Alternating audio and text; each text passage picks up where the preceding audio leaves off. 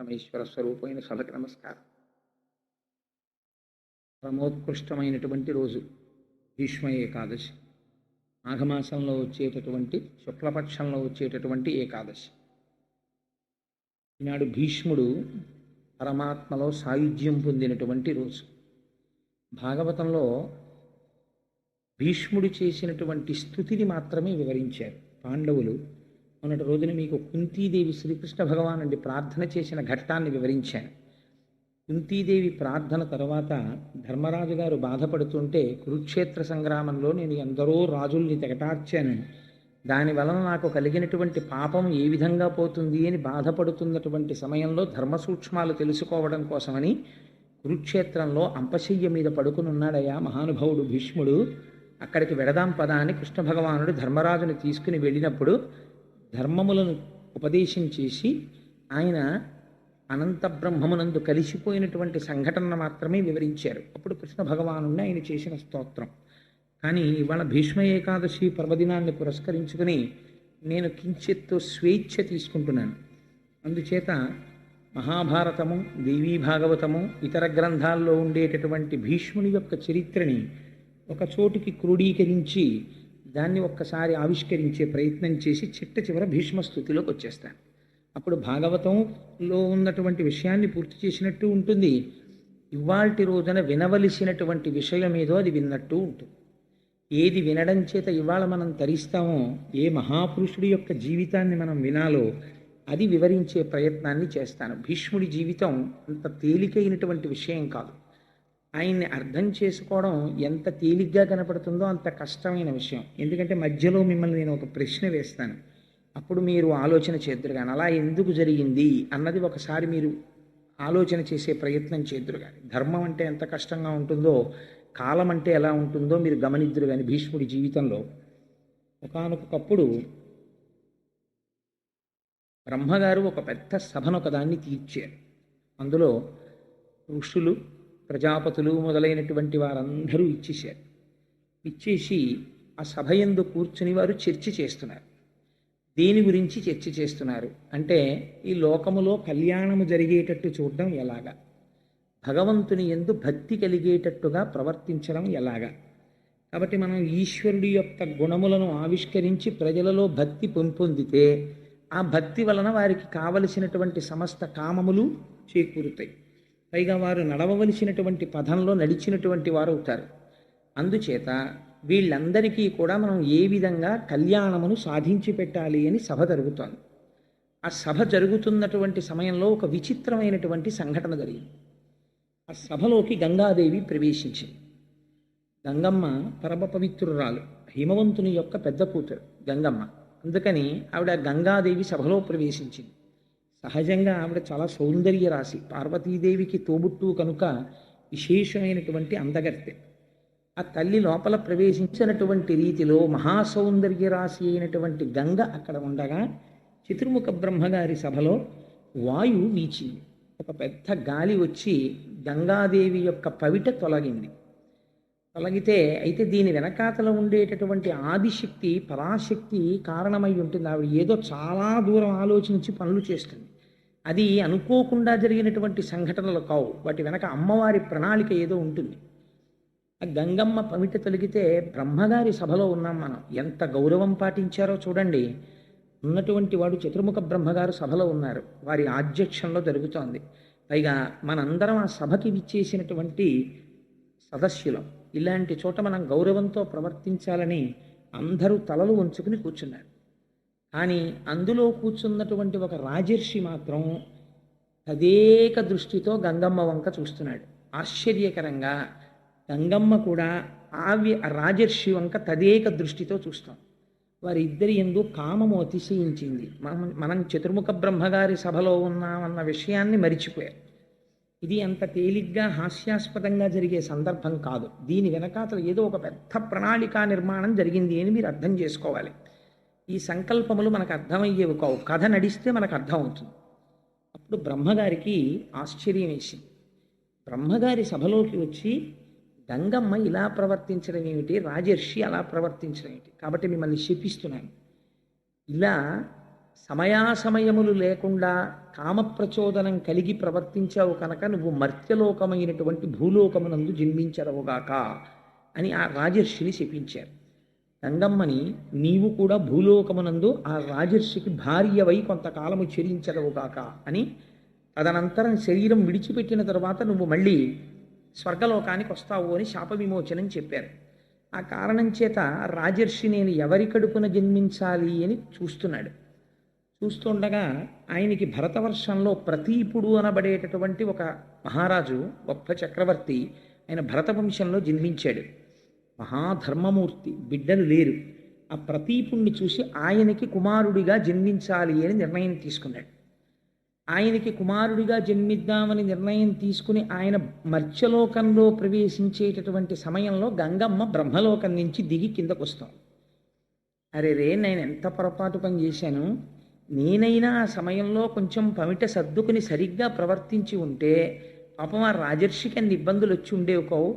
నేను ఎంత పొరపాటుగా ప్రవర్తించాను, నేను చేసినటువంటి పొరపాటు పని సరిదిద్దుకోవాలంటే బ్రహ్మగారిచ్చినటువంటి శాపము వలన మత్స్యలోకములో జన్మించి ఆ రాజర్షి ఎవరిగా జన్మిస్తున్నాడో ఆయన భార్యగా కొంతకాలము ఉండాలి అనుకుందావిడ. ఈ సంకల్పము కలిగి వస్తున్నప్పుడు అష్టవసువులు ఆవిడికి రోదన చేస్తూ కనపడ్డారు, ఏడుస్తూ బాధపడుతూ కనపడ్డారు. ఆవిడ ఆశ్చర్యపోయింది. అష్టవసువుల్ని అడిగింది, మీరు ఎందుకు ఏడుస్తున్నారు, ఎందుకంత బాధగా ఉన్నారని అడిగింది. అయితే వాళ్ళు ఒక చిత్రమైనటువంటి విషయాన్ని ప్రతిపాదన చేశారు. మేము అష్టవసువులం, భార్యలతో కలిసి ఆకాశ మార్గంలో వెళ్ళిపోతుంటే వశిష్ఠ మహర్షి ఆశ్రమం మీదుగా మేము ప్రయాణం చేస్తున్నాం.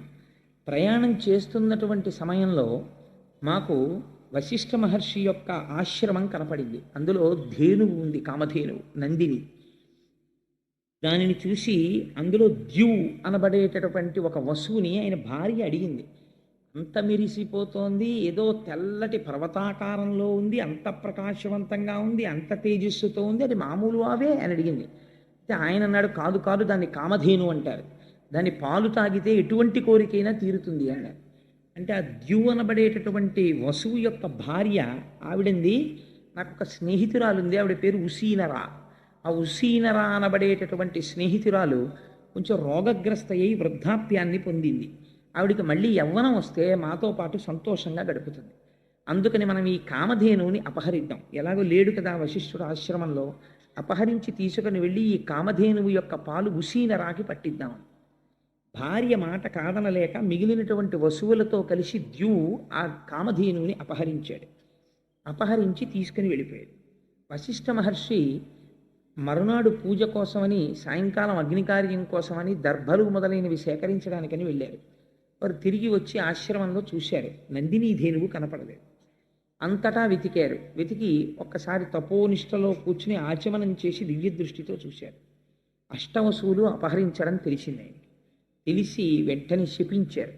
బ్రహ్మర్షి లేని సమయం చూసి నందినీ ధేనువుని అపహరించారు కనుక మీరు భూలోకమునందు జన్మించెదరుగాక. ఈ అష్టవసువులకి వార్త తెలిసి పరుగున వచ్చి వశిష్ఠ మహర్షి యొక్క పాదాల మీద పడ్డారు. మహాప్రభో, మీరు మాకు దారుణమైన శాపాన్ని అనుగ్రహించారు. ఇప్పుడు మేము భూలోకంలో జన్మిస్తే చాలా ఇబ్బందులకి గురైపోతాం. మీరు మా యందు అనుగ్రహించి మాకు శాపానుగ్రహాన్ని తగ్గించేటటువంటి ప్రయత్నం చెయ్యండి అన్నారు. అంటే ఆయన అన్నారు, మీరు 80 వసువులు, 80లో 7 యందు పాపము యొక్క తీవ్రత తక్కువగా ఉన్నది. మీరు కేవలం ద్యువుకి సహకరించారు, కానీ అసలు అపహరించడానికి ప్రధానమైన కారణము ద్యువు. అందుచేత మీరు 7 పుట్టినటువంటి వెంటనే మరణిస్తారు. కాబట్టి నరుడిగా జన్మిస్తారు, కానీ జన్మించినటువంటి కొద్ది గంటలలో శరీరాన్ని వదిలిపెట్టేసి మళ్ళీ వసువులైపోతారు. కానీ ప్రధాన పాత్ర పోషించినటువంటి ద్యువు మాత్రం పరాక్రమవంతుడై కని విని ఎరగనటువంటి చరిత్ర సృష్టించి భూలోకమునందు కొంతకాలముండి తరువాత తిరిగి బ్రహ్మైక్యమును పొందుతాడు. అందుకని ద్యువు మాత్రం కొంతకాలము లోకమునందు ఉండవలసినదే అని ఆయన శాప విమోచనాన్ని కటాక్షిస్తే ఆ 80 ఇప్పుడు భూలోకంలో జన్మించాలి. అందుకని వాళ్ళు బాధపడుతూ వస్తున్నారు. గంగమ్మని చూసి అడిగారు, అమ్మా నువ్వెందుకు ఎడుతున్నావు భూలోకానికి అన్నారు. ఇదిగో జరిగినటువంటి విషయం ఇలా ఉంది, అందుచేత నేను ఆ రాజర్షి ఎక్కడ జన్మిస్తాడో అక్కడ ఆయనకి భార్యని కావాలని వెడుతున్నాను. అయితే అమ్మ మాకు ఒక ఉపకారం చేసి పెట్టు, నువ్వు ఎలాగో విడుతున్నావు కనుక నీ కడుపున మేము ఎనమండుగురం పుడతాం. పుట్టినప్పుడు నువ్వు మమ్మల్ని జ్ఞాపకం పెట్టుకుని శాప విమోచనం కోసం భూలోకంలో ఏ తల్లి కూడా పుట్టినటువంటి బిడ్డల్ని కొద్ది గంటలలోనే తీసుకెళ్ళి చంపదు. ఏ తల్లి కొద్ది గంటలలో చంపదంటే నా ఉద్దేశం కొన్ని రోజులు పోయాక చంపుతుందని కాదు, ఎప్పటికీ అలా ప్రవర్తించదు. అన్న తల్లికి ఉండేటటువంటి మమకారం అటువంటిది. అందుకని మాకు శాప విమోచనం ఎలా కలుగుతుంది? అందుకని మేము నీకు బిడ్డలుగా జన్మిస్తాం. నువ్వు మాయందు అనుగ్రహించి పుట్టినటువంటి వెంటనే మమ్మల్ని మళ్ళీ తిరిగి మేము వసువుల యొక్క స్థానాన్ని అలంకరించడానికి వీలుగా ఆ శరీరం విడిచిపెట్టేటట్టుగా మమ్మల్ని కటాక్షించు అన్నారు. తప్పకుండా అలా చేస్తాను అంది. కాబట్టి వసువులు ఎదురు చూస్తున్నారు, గంగమ్మ ఎవరిని వివాహం చేసుకుంటుంది, ఆవిడ కడుపులోకి వద్దామని. ఇది జరిగితే గంగా తీరమునందు ప్రతీపుడనపడేటటువంటి భరతవంశంలో జన్మించిన చక్రవర్తి పుత్రార్థి అయి తపిస్తున్నాడే. ఆయనకి సామ్రాజ్యం ఉంది, సత్యం ఉంది, ధర్మం ఉంది, అన్నీ ఉన్నాయి, అన్ని భోగాలు ఉన్నాయి, కానీ సంతానం లేదు. ఈశ్వరానుగ్రహాన్ని అపేక్షించి ఆయన గంగా తీరంలో కూర్చుని తపస్సు చేసుకుంటున్నాడు. గంగమ్మ చూసింది. ఈ ప్రతీపుణ్ణి చూసి ఆయనే తాను ఇతపూర్వం బ్రహ్మసభలో చూసినటువంటి వ్యక్తి ఈయనే ఈ జన్మ తీసుకున్నాడు అనుకుని ఈయన్ని వివాహం చేసుకోవాలని ఆయన తపస్సులో కళ్ళు మూసుకొని ఇంద్రియాల్ని వెనక్కి తీసుకుని తపస్సు చేసుకుంటూ కూర్చున్నాడు. గంగమ్మ గబగబా గంగలోంచి లేచి బయటికి వచ్చి ఆయన కుడి తొడ మీద కూర్చుంది. ఎంత ఆశ్చర్యకరమైన విషయమో చూడండి. కూర్చుంటే ఆయనకి బాహ్య స్మృతి కలిగింది. తొడ మీద కూర్చున్న స్త్రీ ఎవరు అని చూశాడు. గొప్ప సౌందర్య రాశి. ఆయన అన్నాడు, అమ్మ నువ్వెవరు, ఎక్కడి నుంచి వచ్చావు, ఎందుకు ఇలా కూర్చున్నావు నా కుడి తొడ మీద అని అడిగాడు. అయితే ఆవిడంది, నన్ను గంగా అంటారు, నేను గంగా నదికి అధిష్టాన దేవతను, నేను నీకు భార్యని కావాలి అని వచ్చాను, అందుకని నీ ఒళ్ళో కూర్చున్నాను. ఆయన అన్నాడు, నీవు నా భార్యవి కావాలి అని అనుకున్నావు. క్షత్రియులు విశేషించి రాజులు దక్షిణ నాయకులు అంటారు. దక్షిణ నాయకులు అంటే ఒకరికన్నా ఎక్కువ మంది భార్యలు ఉంటారు. విజయనగర సామ్రాజ్య పతనం సమయానికి వచ్చేటప్పటికి రామరాయల వారికి ఎంత దక్షిణ నాయకుడు అంటే రామరాయల వారి పోలికలున్న బిడ్డలు చాలా ఊళ్ళలో ఉండేవారు. అంత దక్షిణ నాయకులై ఉంటారు. అలా దక్షిణ నాయకుడై ఉంటాడు కాబట్టి ఆయన ఒళ్ళో కూర్చుందావిడ. నేను ఏవి అనవసరపు విషయాలు చెప్పనండి, మీరు కావాలంటే విజయనగర పతనం అన్న పుస్తకం చదవండి, ఎంత ఆశ్చర్యకరంగా ఉంటుందో. తల్లికోట యుద్ధం అది రామరాయల వారిది. అందుచేత ఆవిడ వచ్చి కుడి తొడ మీద కూర్చుంటే ఆయన అన్నాడు, నువ్వు నన్ను భర్తగా పొందాలని వచ్చావు, కానీ ఒక పొరపాటు చేశావు. స్థితాదక్షిణ ఊరుమ్మే సమాశ్లిష్య భామిని అపత్యానాం స్మశానాంచ స్థానం విద్ధి శుచిస్మితే అన్నాడు. ఓ శుద్ధమైన నవ్వు కలదానా, గొప్ప సౌందర్య రాశి, నీకు నన్ను భర్తగా పొందాలని కోరిక ఉండడం తప్పు కాదు, కానీ నువ్వు వచ్చి ఎక్కడ కూర్చున్నావు, కుడి తొడ మీద కూర్చున్నావు. కుడి తొడ మీద కూర్చునేటటువంటి అధికారము ఒక్క కూతురుకి కోడలికి వాళ్ళిద్దరికీ ఉంది. కూతురు కోడలు తప్ప పురుషుడి యొక్క తొడ మీద భార్య కూర్చోకూడదు. ఎప్పుడైనా భార్య కూర్చోవలసి వస్తే భర్త తొడ మీద, ఎడమ తొడ మీద కూర్చోవాలి. అసలు అలా ఎందుకు కూర్చోబెట్టుకుంటారండి? అలా ఎప్పుడు ఎవరు కూర్చోరు కదా, ఏదో కుర్చీల్లో కూర్చుంటారు, కానీ అలా ఒళ్ళో కూర్చోవడం, తొడల మీద కూర్చోబెట్టుకోవడం ఎల్లరంతా ఎక్కడ ఉంటుందండి బాబు అని మీరు అనుకోవచ్చు. ఉంటుంది. ఎక్కడుందో తెలుసా అండి? ప్రయాగలో వేణీదానం చేసేటప్పుడు ఉంది. జీవితంలో ఒక్కసారి చేస్తారు వేణీదానం, ఇంకొకసారి చేస్తామంటే ఒప్పుకోరు. సువాసినులు ఎన్ని జన్మలకి మళ్ళీ ఐదవతనంతోనే ఉండి ఐదవతనంతో వెళ్ళిపోవాలనుకున్న వాళ్ళు భర్త యొక్క ఎడమ తొడ మీద కూర్చుని వేణీదానం చేస్తారు. చాలా గమ్మత్తుగా ఉంటుంది, చాలా సంతోషంగా సరదాగా ఉంటుంది అది చూడడానికి. సరే, అందుచేత మేము ప్రయాగ వెళ్ళినప్పుడు చాలామంది చేశారు, మీరు చేశారు కదమ్మా, అందుకని ఆ వేణీదానం చేసినప్పుడు చాలా సరదాగా సంతోషంగా ఉంటుంది ఆ క్రియ. చేత ఎడమ తొడ మీద కూర్చుంటారు భర్తకి భార్య. అందుకని నువ్వు వచ్చి నా కుడి తొడ మీద కూర్చున్నావు కాబట్టి ఇప్పుడు నువ్వెవరు, నా కోడలితోనన్నా సమానం, కూతురితోనన్నా సమానం. నిన్ను నా కూతురితో సమానం అనడానికి వీల్లేదు. ఎందుచేత వీల్లేదంటే నువ్వు నన్ను భర్తగా పొందాలని అనుకున్నావు కాబట్టి నీకు ఆ భావన నా యందు ఉన్నప్పుడు నిన్ను నేను కూతురని అనకూడదు. కాబట్టి నాతో సమానుడైన వాడెవరు, నా కొడుకు. ఆత్మావై పుత్రనామాసి, నా తేజస్సు నా కుమారుని యందు ఉంటుంది. అందుకని నీవు నన్ను భర్తగా పొందాలనుకున్నావు కాబట్టి నా కుమారుడికి భార్య అవుదువుగానివి. అప్పుడు నువ్వు కూర్చోవడం ధర్మబద్ధమైపోతుంది. నువ్వు నా కోడలు అవుదువుగానివి, నాకు కుమారుడు జన్మిస్తే ఆ కుమారుడికి నువ్వు భార్య అవుదువుగాక నీకు వరం ఇస్తున్నాను అన్నాడు. ఇప్పుడు చూశాడు, ఆ పైనుంచి వచ్చినటువంటి రాజర్షి చూసి, గోభిషుడు అని ఆయన, ఇప్పుడు నాకు అవకాశం దొరికింది గంగమ్మని భార్యగా పొందాలి కాబట్టి నేను ఈ ప్రతీప మహారాజు యొక్క కుమారుడిగా జన్మిస్తాను అని ఆయన తేజస్సులోకి ప్రవేశించి శంతన మహారాజన్న పేరుతో జన్మించాడు. ఈ శంతన మహారాజు పెరిగి పెద్దవాడై యవ్వనానికి వచ్చిన తర్వాత పట్టాభిషేకం చేసి ప్రతీపుడి పిలిచి ఒక మాట చెప్పాడు. నేను ఒకనకొకప్పుడు గంగా తీరంలో తపస్సు చేస్తుండగా నాకు ఒక స్త్రీ కనపడింది. ఆమె నా కుడితొడ మీద కూర్చుని నన్ను భర్తగా పొందాలని అడిగింది. నేను నా కోడల్ని చేసుకుంటానని మాట ఇచ్చాను. అందుకని నీకు గంగా తీరంలో మెరుపు తీగ వంటి ఒక కన్య కనపడుతుంది. నువ్వు ఆ కన్యని భార్యగా స్వీకరించు అని ఆయన తపోభూములకు వెళ్ళిపోయాడు. ఒకనాడు శంతన మహారాజు గారికి వేట అంటే చాలా ఇష్టం. శంతన మహారాజు గారు వేటాడడానికి వెళ్ళాడు.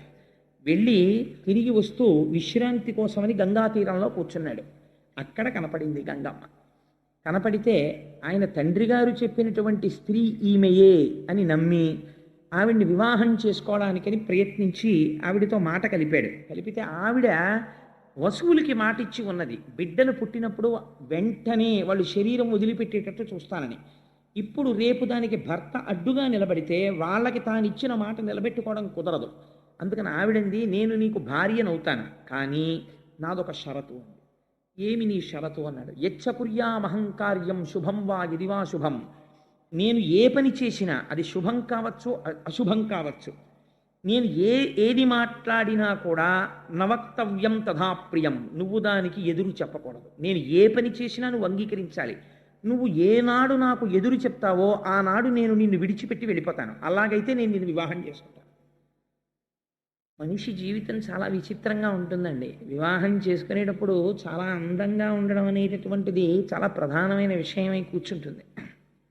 కొన్నాళ్ళు పోయిన తర్వాత ఈ బాహ్యమైనటువంటి సౌందర్యం కన్నా అంతఃసౌందర్యమును మంచితనము ఇల్లాలిగా ఉండేటటువంటి లక్షణాలు ఉండడమే చాలా గొప్ప. ఏ కొరుక్కు తింటానా, నా బుర్రకాయ ఎందుకు వచ్చింది ఈ అందం అనిపిస్తుంది కొన్నాళ్ళు పోయాక. నేను ఈ మాట ఎందుకన్నానంటే మనకి ఈ కథలు అది నేర్పుతాయి. శంతన మహారాజు బాహ్య సౌందర్యాన్ని చూసి ప్రేమించాడు, వివాహం చేసుకున్నాడు. మొట్టమొదట కొడుకు కలిగాడు. కొడుకు పుట్టగానే ఇప్పుడు ఆయన యొక్క స్థితి మారింది, తండ్రి అయ్యాడు. కాబట్టి ఆయన ప్రేమ అంతా కొడుకు మీదకి వెళ్ళింది. బహు అందగాడు కొడుకు. అందున పెద్ద కొడుకు మొట్టమొదట పుట్టినవాడు. కొడుకులు లేక తన తండ్రి ఎంత బాధపడ్డాడో తెలుసు. కొడుకు పుట్టాడు. పుట్టగానే నిత్తుటితో ఉన్నటువంటి బిడ్డని 2 చేతుల్లో పట్టుకుని గంగమ్మ వెళ్ళి గంగలో వదిలిపెట్టేసి, అంటే ఆవిడ ఇచ్చినటువంటి మాట అటువంటిది. 7 వసువులకి ఆవిడ మళ్ళీ స్వస్థితిని కల్పించాలి, అందుకని నీటిలో విడిచిపెట్టేసింది. ఊరుకున్నాడు. ఎందుకనంటే వరం ఇచ్చాడు ఆవిడికి. యచ్చకుర్యామహంకార్యం శుభం వా యదివా శుభం, ఏది చేసినా అడ్డు పెట్టకూడదు, అందుకని ఊరుకున్నాడు. అలా ఒకసారి కాదు, 2 మాటలు కాదు, 3 మాటలు కాదు, 4 మాటలు కాదు, 7 సార్లు అయిపోయింది. 7 కొడుకుల్ని తీసుకెళ్ళి గంగలో కలిపేసి 8వ మాట మహాతేజోవంతమైనటువంటి కుమారుడు జన్మించాడు. 7 మాటలు లేని ప్రేమ 8వ మాట ఎందుకు భార్యను అడ్డు పెడతాడండి? అంటే గంగమ్మ ఇచ్చినటువంటి వరం అక్కడతో పూర్తయిపోయింది. 8వ మాట మళ్ళీ ఆ బిడ్డని తీసుకుని వెళ్ళిపోతోంది గంగ వైపు. వెళ్ళిపోతుంటే ఆయన అన్నాడు, ఛీ రాక్షసి, ఎవరైనా మాతృత్వాన్ని కోరుకుంటారు, నువ్వేమిటి ఎంతమంది కొడుకులు పుట్టినా తీసుకెళ్లి గంగలో పారేస్తుంటావు, ఇప్పుడు 8వ మాట చేస్తున్నావు ఈ పని, ఇంకా నేను సహించను, నువ్వు ఆ పని చెయ్యడానికి వీల్లేదు. గంగమ్మ నవ్వింది, నువ్వు నేను చేసిన పనికి ఎప్పుడు అడ్డు పెడతావో అప్పుడు నిన్ను విడిచిపెట్టి వెళ్ళిపోతానని నేను ముందే చెప్పాను. ఇవాళ నువ్వు అడ్డు పెట్టావు, అందుకని నేను వెళ్ళిపోతున్నాను. వెళ్ళిపో, నా కొడుకు నాకు ఇచ్చాను. ఆవిడంది అది కుదరదు. నీ కొడుకు కాదు, నాకు కూడా కొడుకే. వీడిని నేను తీసుకెళ్ళి, పిచ్చి మహారాజా నేనేదో చేయలేదు, 7 వసువులకి మళ్ళీ వాళ్ళ సహజ స్థితిని ఇచ్చాను, వీడు 8వ వాడు బతకాలి. వీడిని నేను తీసుకెళ్ళి వశిష్ఠ మహర్షి దగ్గర, పరశురాముడి దగ్గర అస్త్ర విద్యనంతటినీ నేర్పి అపారమైనటువంటి ధనుర్విద్యా ప్రావీణ్యం వచ్చిన తరువాత తెచ్చి నీకు కొడుకుగా అప్పచెప్తాను, అప్పటి వరకు నా దగ్గర ఉంచుకుంటానని ఆ కొడుకుని తీసుకెళ్ళి గంగమ్మ గంగలోకి వెళ్ళిపోయింది. వెళ్ళిపోయిన తర్వాత శంతన మహారాజు గారు ఒక్కడే ఉండేవాడు, రాజ్యం వెళ్తున్నాడు, వేటకెడుతున్నాడు, తిరుగుతున్నాడు, వస్తున్నాడు. అలా కొంతకాలం గడిచిపోయింది. అసలు గంగమ్మ చెప్పిన మాట మర్చిపోయాడు. ఒకానొక నాడు గంగా తీరంలో తిరుగుతున్నాడు. తిరుగుతుంటే మంచి యవ్వనంలో ఉన్నటువంటి వ్యక్తి అద్భుతంగా బాణప్రయోగం చేస్తున్నాడు. ఆ పిల్లవాడిని చూడగానే పితృప్రేమ పరవళ్ళు తొక్కింది. నా కొడుకు కూడా ఉంటే ఈ పాటికి ఇదే వయస్సులో ఉంటాడని, బాబు నువ్వెవరు ఏమిటి అని ఆరా తీశాడు. అప్పుడు గంగమ్మ వచ్చి ఈయన దేవవ్రతుడు అని పేరు ఉంచాను ఈయనకి. ఈయన గాంగేయుడు, గంగాస్తుడు కనుక గాంగేయుడు. ఈయన వశిష్ఠ మహర్షి దగ్గర పరశురాముడి దగ్గర ధనుర్విద్య ధర్మశాస్త్రం నేర్చుకున్నాడు. అన్ని విధాలుగా రాశీభూతమైనటువంటి రాజనీతిజ్ఞుడు, ధర్మము తెలుసున్నవాడు, పైగా విలువిద్య నేర్పరి. ఈ కొడుకుని నీకు అప్పజెప్తున్నాను అని ఆ కొడుకుని ఆయనకి అప్పజెప్పి ఆవిడ తిరిగి వెళ్ళిపోయింది. వెళ్ళిపోయిన తర్వాత ఆయన శంతనుడు వృద్ధాప్యంలోకి వచ్చేసాడు. అప్పటికి సంతోషంగా కొడుకు దొరికాడు, సభ చేశాడు, ఆ కొడుకుని పరిచయం చేశాడు, ఆనందంగా రోజులు గడిచిపోతున్నాయి. ఇక్కడే అనుకోని మలుపు ఒకటి తిరిగింది. ఒకనొకనాడు మళ్ళీ వేటకెడితే అక్కడ యోజన గంధి కనపడింది. అసలు ఆ సత్యవతి వృత్తాంతం అండి చాలా ఆశ్చర్యకరమైన వృత్తాంతం. అంటే నేను ఇప్పుడు దేవీ భాగవతం చెప్పట్లేదు కాబట్టి మళ్ళీ నేను ఆ సత్యవతి వృత్తాంతం అంతా చెప్పను.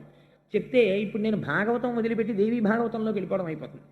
అందుకని ఆ సత్యవతీదేవిని చూశాడు ఆవిడ యోజన గంధి. అంతకుముందు ఆవిడ దగ్గర చేపల కంపు వచ్చేది. పరాశర మహర్షి వరం ఇచ్చారు వ్యాస మహర్షి జన్మించినప్పుడు. ఆవిడ నించున్న చోటు నుంచి ఒక యోజనం దూరం కస్తూరి వాసన వస్తుంది. ఆవిడ పడవ మీద అందరినీ ఉచితంగా అటు ఇటు చేరుస్తూ ఉంటుంది గంగా తీరంలో. ఆ సత్యవతీదేవిని చూసి వివాహం చేసుకుంటానని అడిగాడు. ఆవిడంది, నేను స్వేచ్ఛా విహరిణిని కాను, నా తండ్రి దాశరాజు ఉన్నాడు, నువ్వు నా తండ్రిని అడుగు, నా తండ్రి సమ్మతిస్తే నన్ను చేపట్టు, నా తండ్రి అంగీకరించకపోతే అప్పుడు నువ్వు నన్ను రాక్షస వివాహంలో పాణిగ్రహణం చేసి తీసుకెడుదు గానివి, నా తండ్రి అనుమతి తీసుకోమని. అంటే శంతన మహారాజు గారు దాశరాజు దగ్గరికి వెళ్ళాడు. దాశరాజు వంగి వంగి నమస్కారాలు చేశాడు శంతనుడిని చూసి. అయ్యా మీకు నేను ఏం చెయ్యగలవాడను అన్నాడు. నీ కన్యకారత్నాన్ని నాకు ఇవ్వయ్యా అని అడిగాడు శంతనుడు. అడిగితే ఆయన ఎంత తెలివైనవాడో చూడండి. ఆయన అన్నాడు, దాశరాజు నా కూతురు సత్యవతిని నీకిచ్చి వివాహం చేస్తాను, కానీ రేపొద్దున్న నా కూతురు కడుపు పండి కొడుకు పుడితే ఆ కొడుక్కి రాజ్యం ఇస్తావా అని అడిగాడు. అడిగితే ఆయనకి దేవవ్రతుడు ఒక్కసారి మనస్సులో మిగిలాడు. పెద్ద కొడుకున్నాడు, మహానుభావుడు, ధర్మజ్ఞుడు, గొప్ప విలువిద్యా విశారదుడు. అటువంటి కొడుక్కి రాజ్యం ఇవ్వకుండా ఇంత వృద్ధాప్యంలో ఈ సత్యవతీదేవి కోసం అని చెప్పి తను ఎలా విడిచిపెట్టేసుకుంటాడు కొడుకుని? మాట ఇవ్వలేక వెనక్కి తిరిగి వెళ్ళిపోయాడు. కానీ ఈవిడ మీద మనస్సు ఉండిపోయింది. సరిగ్గా నిద్రపట్టట్లేదు, ఆహారం తీసుకోవట్లేదు, అస్థిమితంగా తిరుగుతున్నాడు. కుమారుడు వెళ్ళి అడిగాడు, నాన్నగారు ఏమైంది? చూచాయగా చెప్పాడు ఈ విషయాన్ని. మంత్రుల దగ్గర అడిగాడు మహానుభావుడు దేవవ్రతుడు. అడిగితే మీ నాన్నగారికి ఈ వయస్సులో వివాహం మీదుగా మనసు మళ్ళింది, సత్యవతిని వివాహం చేసుకోవాలనుకుంటున్నాడు, కానీ దాశరాజు ఈ నియమం పెట్టాడు అన్నారు. అంటే దేవవ్రతుడు దాశరాజు దగ్గరికి వెళ్ళి అయ్యా మీ కుమార్తె అయినటువంటి సత్యవతీదేవిని మా తండ్రి గారికి ఇచ్చి వివాహం చేయండి అని అడిగాడు. అడిగితే దాశరాజు అన్నాడు, తప్పకుండా చేస్తాను, నాకు అభ్యంతరం లేదు, కానీ నా కుమార్తెకి పుట్టేటటువంటి కొడుక్కి శంతన మహారాజు గారి రాజ్యం వస్తుందా అంటే దేవవ్రతుడు అన్నాడు, తప్పకుండా వస్తుంది. ఎందుకంటే నాకు కదా రావాలి రాజ్యం, నేను రాజ్యాన్ని పరిత్యాగం చేసేస్తున్నాను, నేను తీసుకోను రాజ్యం. మా నాన్నగారి యొక్క కోరిక తీరడం కోసం నీ కుమార్తెను ఆయనకిచ్చి వివాహం చెయ్యండి అన్నాడు. దాశరాజు అన్నాడు, ఇక్కడ వరకు బాగుంది, కానీ రేపు నీకో కొడుకు పుడతాడు, నువ్వు సహజంగా చాలా పరాక్రమవంతుడవు, నీకు పుట్టేటటువంటి కొడుకు చాలా పరాక్రమవంతుడు అవుతాడు. అంత పరాక్రమవంతుడైనటువంటి నీ కొడుకు సత్యవతీదేవికి పుట్టినటువంటి కొడుకు రాజ్యపాలన చేస్తే ఊరుకుంటాడా? వాడి కుత్తుక కత్తిరించి మళ్ళీ రాజ్యానికి వస్తాడు.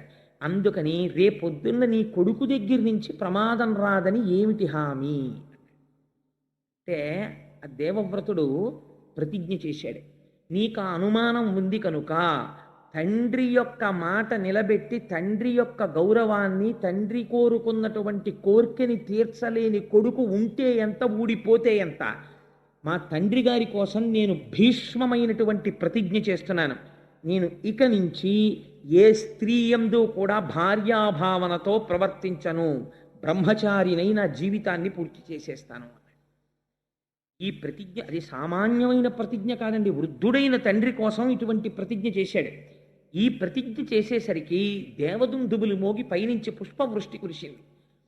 భీష్మించి ప్రతిజ్ఞ చేశాడు కనుక ఆ రోజు నుంచి ఆయన్ని భీష్ముడు అని పిలిచాడు. ఆచరించి చూపించాడు కనుక భీష్మాచార్యుడు అని పిలిచారు. అప్పుడు తండ్రి గారు విని తెల్లబోయాడు. ఎంత త్యాగం చేశావురా, నీకు 2 వరాలు ఇస్తున్నాను. ఒకటి, యుద్ధ భూమిలో నువ్వు చేతిలో కోదండం పట్టుకొని ధనస్సు పట్టుకొని ఉండగా నిన్ను దేవేంద్రుడు కూడా ఓడించలేడు. 2, నీకు మరణము లేదు, స్వచ్ఛంద మరణం. నువ్వు కోరుకుంటే వస్తుంది, నువ్వు కోరకపోతే రాదు. అందుకని నీకు ఈ 2 వరాలు ఇస్తున్నానని సత్యవతీదేవితో సంతోషంగా కాలం గడుపుతున్నాడు.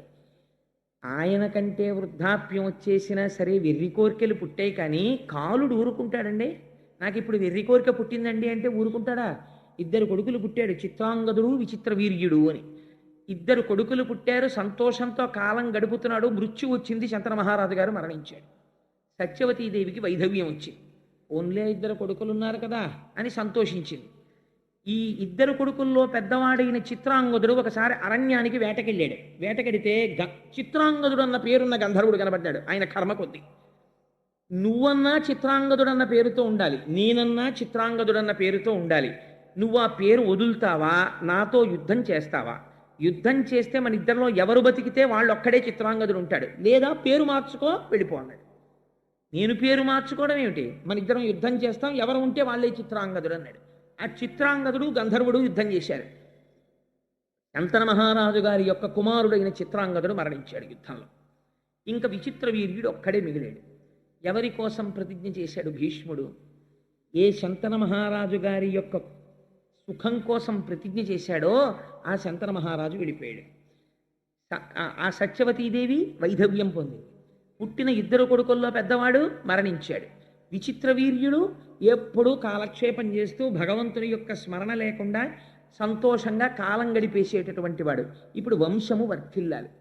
అందుకని ఇప్పుడు ఆయనకి సరి అయినటువంటి భార్య దొరకాలి విచిత్ర వీర్యుడికి. ఈయన చూస్తే ఎప్పుడూ సుఖ సంతోషాలతో తేలియాడుతుంటాడు. ఈయనకి తగిన భార్యని తేవలసినటువంటి బాధ్యత భీష్ముడి మీద పడింది. చూడండి, ఆ వయస్సులో భీష్మాచార్యుడి చేసినటువంటి ప్రతిజ్ఞ వల్ల ఎన్ని కష్టాలు అనుభవించాడో చూడండి మహానుభావుడు. ఇంత కష్టపడి కాశీరాజుకి 3 కుమార్తెలు, అంబా, అంబిక, అంబాలిక అని. కాశీరాజు స్వయంవరం ప్రకటించాడు. విచిత్ర వీర్యుడు వెళ్ళకపోతే భీష్మాచార్యుల వారు వెళ్ళారు స్వయంవరానికి. వెడితే అక్కడ వాళ్ళందరూ ఆయన్ని చూసి విచిత్రంగా మాట్లాడారు. బ్రహ్మచర్యంలో ఉంటానన్నాడు, ప్రతిజ్ఞ చేశాడు, ఏమిటోయో భీష్ముడు స్వయంవరానికి వచ్చాడన్నారు. అందరూ చూస్తుండగా నేను పౌరుషంతో రాజులను ఓడించి తీసుకెడుతున్నాను ఈ అంబిక, అంబాలికని. ఎవరైనా మీరు నన్ను ఎదుర్కొనే వాళ్ళు ఉంటే ఎదుర్కోవచ్చు అని 3 చేయి పట్టి రథం ఎక్కించి తీసుకెళ్ళిపోతున్నాడు. రాజులందరూ కలిసి భీష్ముడి మీదకి యుద్ధానికి వచ్చారు. అందరినీ తుత్తునియలు చేసి హస్తినాపురానికి తీసుకొచ్చాడు. తీసుకొచ్చి వివాహానికి కూర్చోబెడుతున్నాడు. అంబ భీష్ముడి దగ్గరికి వెళ్ళండి, మహానుభావా, నీకు తెలియనటువంటి ధర్మం లేదు, నీకు ఒక మాట చెప్తాను. నేను సాళ్వుడనబడేటటువంటి రాజుని ప్రేమించాను, ఆయన కూడా నన్ను ప్రేమించాడు. ఆయన నా యందు పత్నీభావమును పొందాడు. కాబట్టి ఇప్పుడు నేను వేరొక పురుషుడికి భార్యని కావడం అమర్యాద, అలా నేను కాకూడదు. అందుకని నన్ను తీసుకెళ్ళి సాళ్వుడికి అప్పచెప్పేమని. ఒకసారి మనసు లేని స్త్రీ రాజుకి భార్యగా ఉండడానికి వీలు కాదు. అందుకని పరపురుషుని యందు అనురక్తి కలిగినటువంటి స్త్రీని భార్యగా యువతల ఇంట్లో ఉండడం త్రాచుపావుని పెంచుకోవడం లాంటిది. అందుకని నువ్వు నా తమ్ముడికి భార్యగా ఉండడానికి వీలు లేదు, నిన్ను తీసుకెళ్ళి అప్పచెప్పేస్తానని చెప్పి సాళ్వుడి రాజ్యానికి తీసుకెళ్ళి రథంలో పంపించాడు. పంపిస్తే ఈవిడ సాళ్వుడి అంతఃపురంలో ప్రవేశించి ఎంతో సంతోషంగా నేను వచ్చేసానయ్యా, భీష్ముడు నన్ను పంపించాడని. ఆయన అన్నాడు, అంతమంది రాజులు చూస్తుండగా నన్ను కూడా ఓడించి భీష్ముడు ఏనాడు నీ చెయ్యి పట్టి తన రథం ఎక్కించి తీసుకెళ్ళాడో ఆనాడే నువ్వు భీష్ముడి సొత్తు అయిపోయావు. ఇప్పుడు చేతకాని వాడిని భీష్ముడి పెట్టిన భిక్షని భార్యగా స్వీకరించడానికి నీ క్షత్రియుణ్ణి, రాజ్యపాలకుణ్ణి, మహారాజుని, నేను నిన్ను అల్లను. ఎవరు నిన్ను గెలుచుకున్నారో నువ్వు వాళ్ళకే సొత్తని. ఆవిడ బాధపడుతూ ఒక ఆడదాని బాధ చరిత్రని ఎలా మారుస్తుందో చూడండి. అందుకే చాలా జాగ్రత్తగా ఉండు సుమా. స్త్రీల జోలికి వెళ్ళి నిష్కారణంగా వాళ్ళతో వాళ్ళ మనసు ఖేదపడేటట్టు ప్రవర్తించకు. ఆ స్త్రీ ఒక తపోవనానికి చేరి నేను తపస్సు చేసుకుంటాను, సన్యాసం ఇమ్మంది. అంటే ఋషులు అన్నారు, నువ్వు నిండు యవ్వనంలో ఉన్నావు, నువ్వు వచ్చి ఈ ఆశ్రమాల్లో కూర్చుంటే ఇక్కడ ఉన్న వాళ్ళ తపస్సులు పాడైపోతాయి, లేనిపోని గొడవలు వస్తాయి. అందుకని నువ్వు ఇక్కడ ఉండడానికి వీల్లేదమ్మా, ఇవాళ రాత్రికి ఉండు, రేపటి రోజున నీ మార్గము నువ్వు చూసుకో అన్నాడు. పైగా ఇప్పుడు సన్యాసం ఏమిటి, ఉంటే భర్త దగ్గర ఉండాలి, లేకపోతే ఇదేంటి తండ్రి గారి దగ్గర ఉండాలి, అందుకని నీ తండ్రి దగ్గరికి వెళ్ళిపోమన్నారు. నేను నా తండ్రి దగ్గరికి వెళ్ళనంది ఆవిడ. ఆవిడ అదృష్టం, మరునాడు పొద్దున్న వాళ్ళ తల్లిగారి తండ్రి గారు మాతామహుడు తాతగారు వచ్చాడు. ఆ తాతగారికి తన గోడు వెళ్ళబోసుకుంది. ఆయన అన్నాడు, నేను పరశురాముడికి చాలా అంతేవాసిని, పరశురాముడు భీష్ముడికి గురువు, అందుకని పరశురాముడితోటి భీష్ముడికి చెప్పిస్తాను అన్నాడు. ఈలోగా ఒక పరిచారికుడు వచ్చి, అయ్యా పరశురాముల వారు ఏం చేస్తున్నారన్నారు. పరశురాముడి దగ్గరికి వెళ్ళి అంబ తన గోడు చెప్పుకుంటే పరశురాముడు విని హృదయం కరిగిపోయి, రేపటి రోజున నేను నిన్ను తీసుకుని హస్తినాపురానికి వెడతాను, భీష్ముణ్ణి పిలిచి తను గెలుచుకున్నాడు కాబట్టి నిన్ను వివాహం చేసుకోమని చెప్తాను అని రథం ఎక్కించి హస్తినాపురానికి తీసుకెళ్ళాడు. హస్తినాపురం బయట విడిది చేసి కబురు చేశాడు భీష్ముడికి. ఆయన వచ్చినటువంటి వాడు గురువు కనుక ఒక ఆవుని తీసుకుని వచ్చాడు. ఆవుని దానమిచ్చి నమస్కారం చేసి, మహాప్రభో మీరు రావడమే అదృష్టం, రాజ్యంలోకి ప్రవేశించండి అన్నాడు. అంటే ఆయన అన్నాడు, నేను నీ రాజధానిలోకి రావడానికి రాలేదు, నువ్వు ఓడించి తెచ్చినటువంటి కాంత అంబని భార్యగా స్వీకరించన్నాడు. అంటే ఆయన అన్నాడు, ఒకవేళ పంచతన్మాత్రలు తమ తమ విధులను నిర్వర్తించడం మానివేస్తే మానివేయవచ్చు, కానీ నేను ఒకసారి చేసిన ప్రతిజ్ఞ నుంచి మాత్రం వెనకడుగు వేసే సమస్య లేదు, అందుకని నేను మాత్రం భార్యగా స్వీకరించనన్నాడు. అయితే ఎవరి కోసం తెచ్చావో ఆ తమ్ముణ్ణి చేసుకోమని అన్నాడు. విచిత్ర వీర్యుడిని అడిగారు. ఆయన అన్నాడు, వేరొకడి యందు మనసు పెట్టుకున్నానని వెళ్ళిపోయినటువంటిది తిరిగి వస్తే ఆవిడ నేను పెళ్లి చేసుకున్నా, నాకు అక్కర్లేదన్నాడు. ఎంత పౌరుషం వచ్చిందో చూడండి విచిత్ర వీరుడికి. కాబట్టి ఇప్పుడు పరశురాముడికి ఆగ్రహం వచ్చింది, నువ్వు చేసుకుంటావా నాతో యుద్ధం చేస్తావా అన్నాడు. భీష్ముడు అన్నాడు, ప్రతిజ్ఞాపాలనం కోసం ప్రాణములు విడిచిపెట్టేస్తాను, మీరు కురుక్షేత్రానికి పదండి, అక్కడికి వస్తున్నాను యుద్ధానికి అన్నాడు. ఇద్దరు కురుక్షేత్రం చేరుకున్నారు. అక్కడ బ్రహ్మాండమైన యుద్ధం 22 రోజులు బ్రహ్మాండమైన యుద్ధం జరిగింది. తుత్తునీయల కింద కొట్టేసుకున్నారు ఒకళ్ళనొకళ్ళు. ఆఖరికి ఒక రోజు రాత్రి శిబిరంలో భీష్మాచార్యుల వారు పడుకుని ఉన్నారు. పరశురాముణ్ణి నేను ఎలా నిగ్రహించగలను, రోజు ఆయనకి నమస్కారం పెట్టి యుద్ధం చేసేవారు గురువుగారు. యుద్ధం చేస్తుంటే అష్టవసువులు ఆయనకి సాక్షాత్కరించారు. భీష్మ, నువ్వు బెంగ పెట్టుకోకు, పరశురాముడికి కూడా తెలియనటువంటి అస్త్రం ఒకటి ఉంది, అది విశ్వకర్మ యొక్క మంత్రంతో ఉంది, అది నీకొక్కడికే తెలుసు, రేపటి రోజున అది ప్రయోగించు. ఆ అస్త్రం ప్రయోగిస్తే మరునాడు సూర్యోదయం వరకు పరశురాముడు నిద్రైపోతాడు. నిద్రపోయిన వాడు మరణించిన వాడితో సమానం యుద్ధభూమిలో.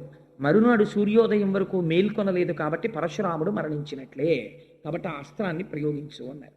తప్పకుండా ప్రయోగిస్తానని లేచి స్నానం చేసి ఆచమనం చేసి యుద్ధానికి వచ్చాడు. యుద్ధానికి వచ్చి పరశురాముడి మీద అస్త్రప్రయోగం చేద్దామని బాణాన్ని సంధించి మంత్రం చదువుతున్నాడు.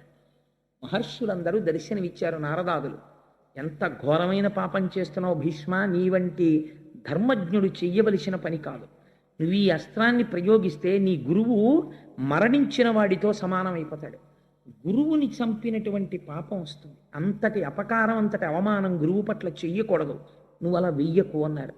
గురువుని అవమానించను అని ఆ అస్త్రాన్ని ఉపసంహారం చేసేసాడు.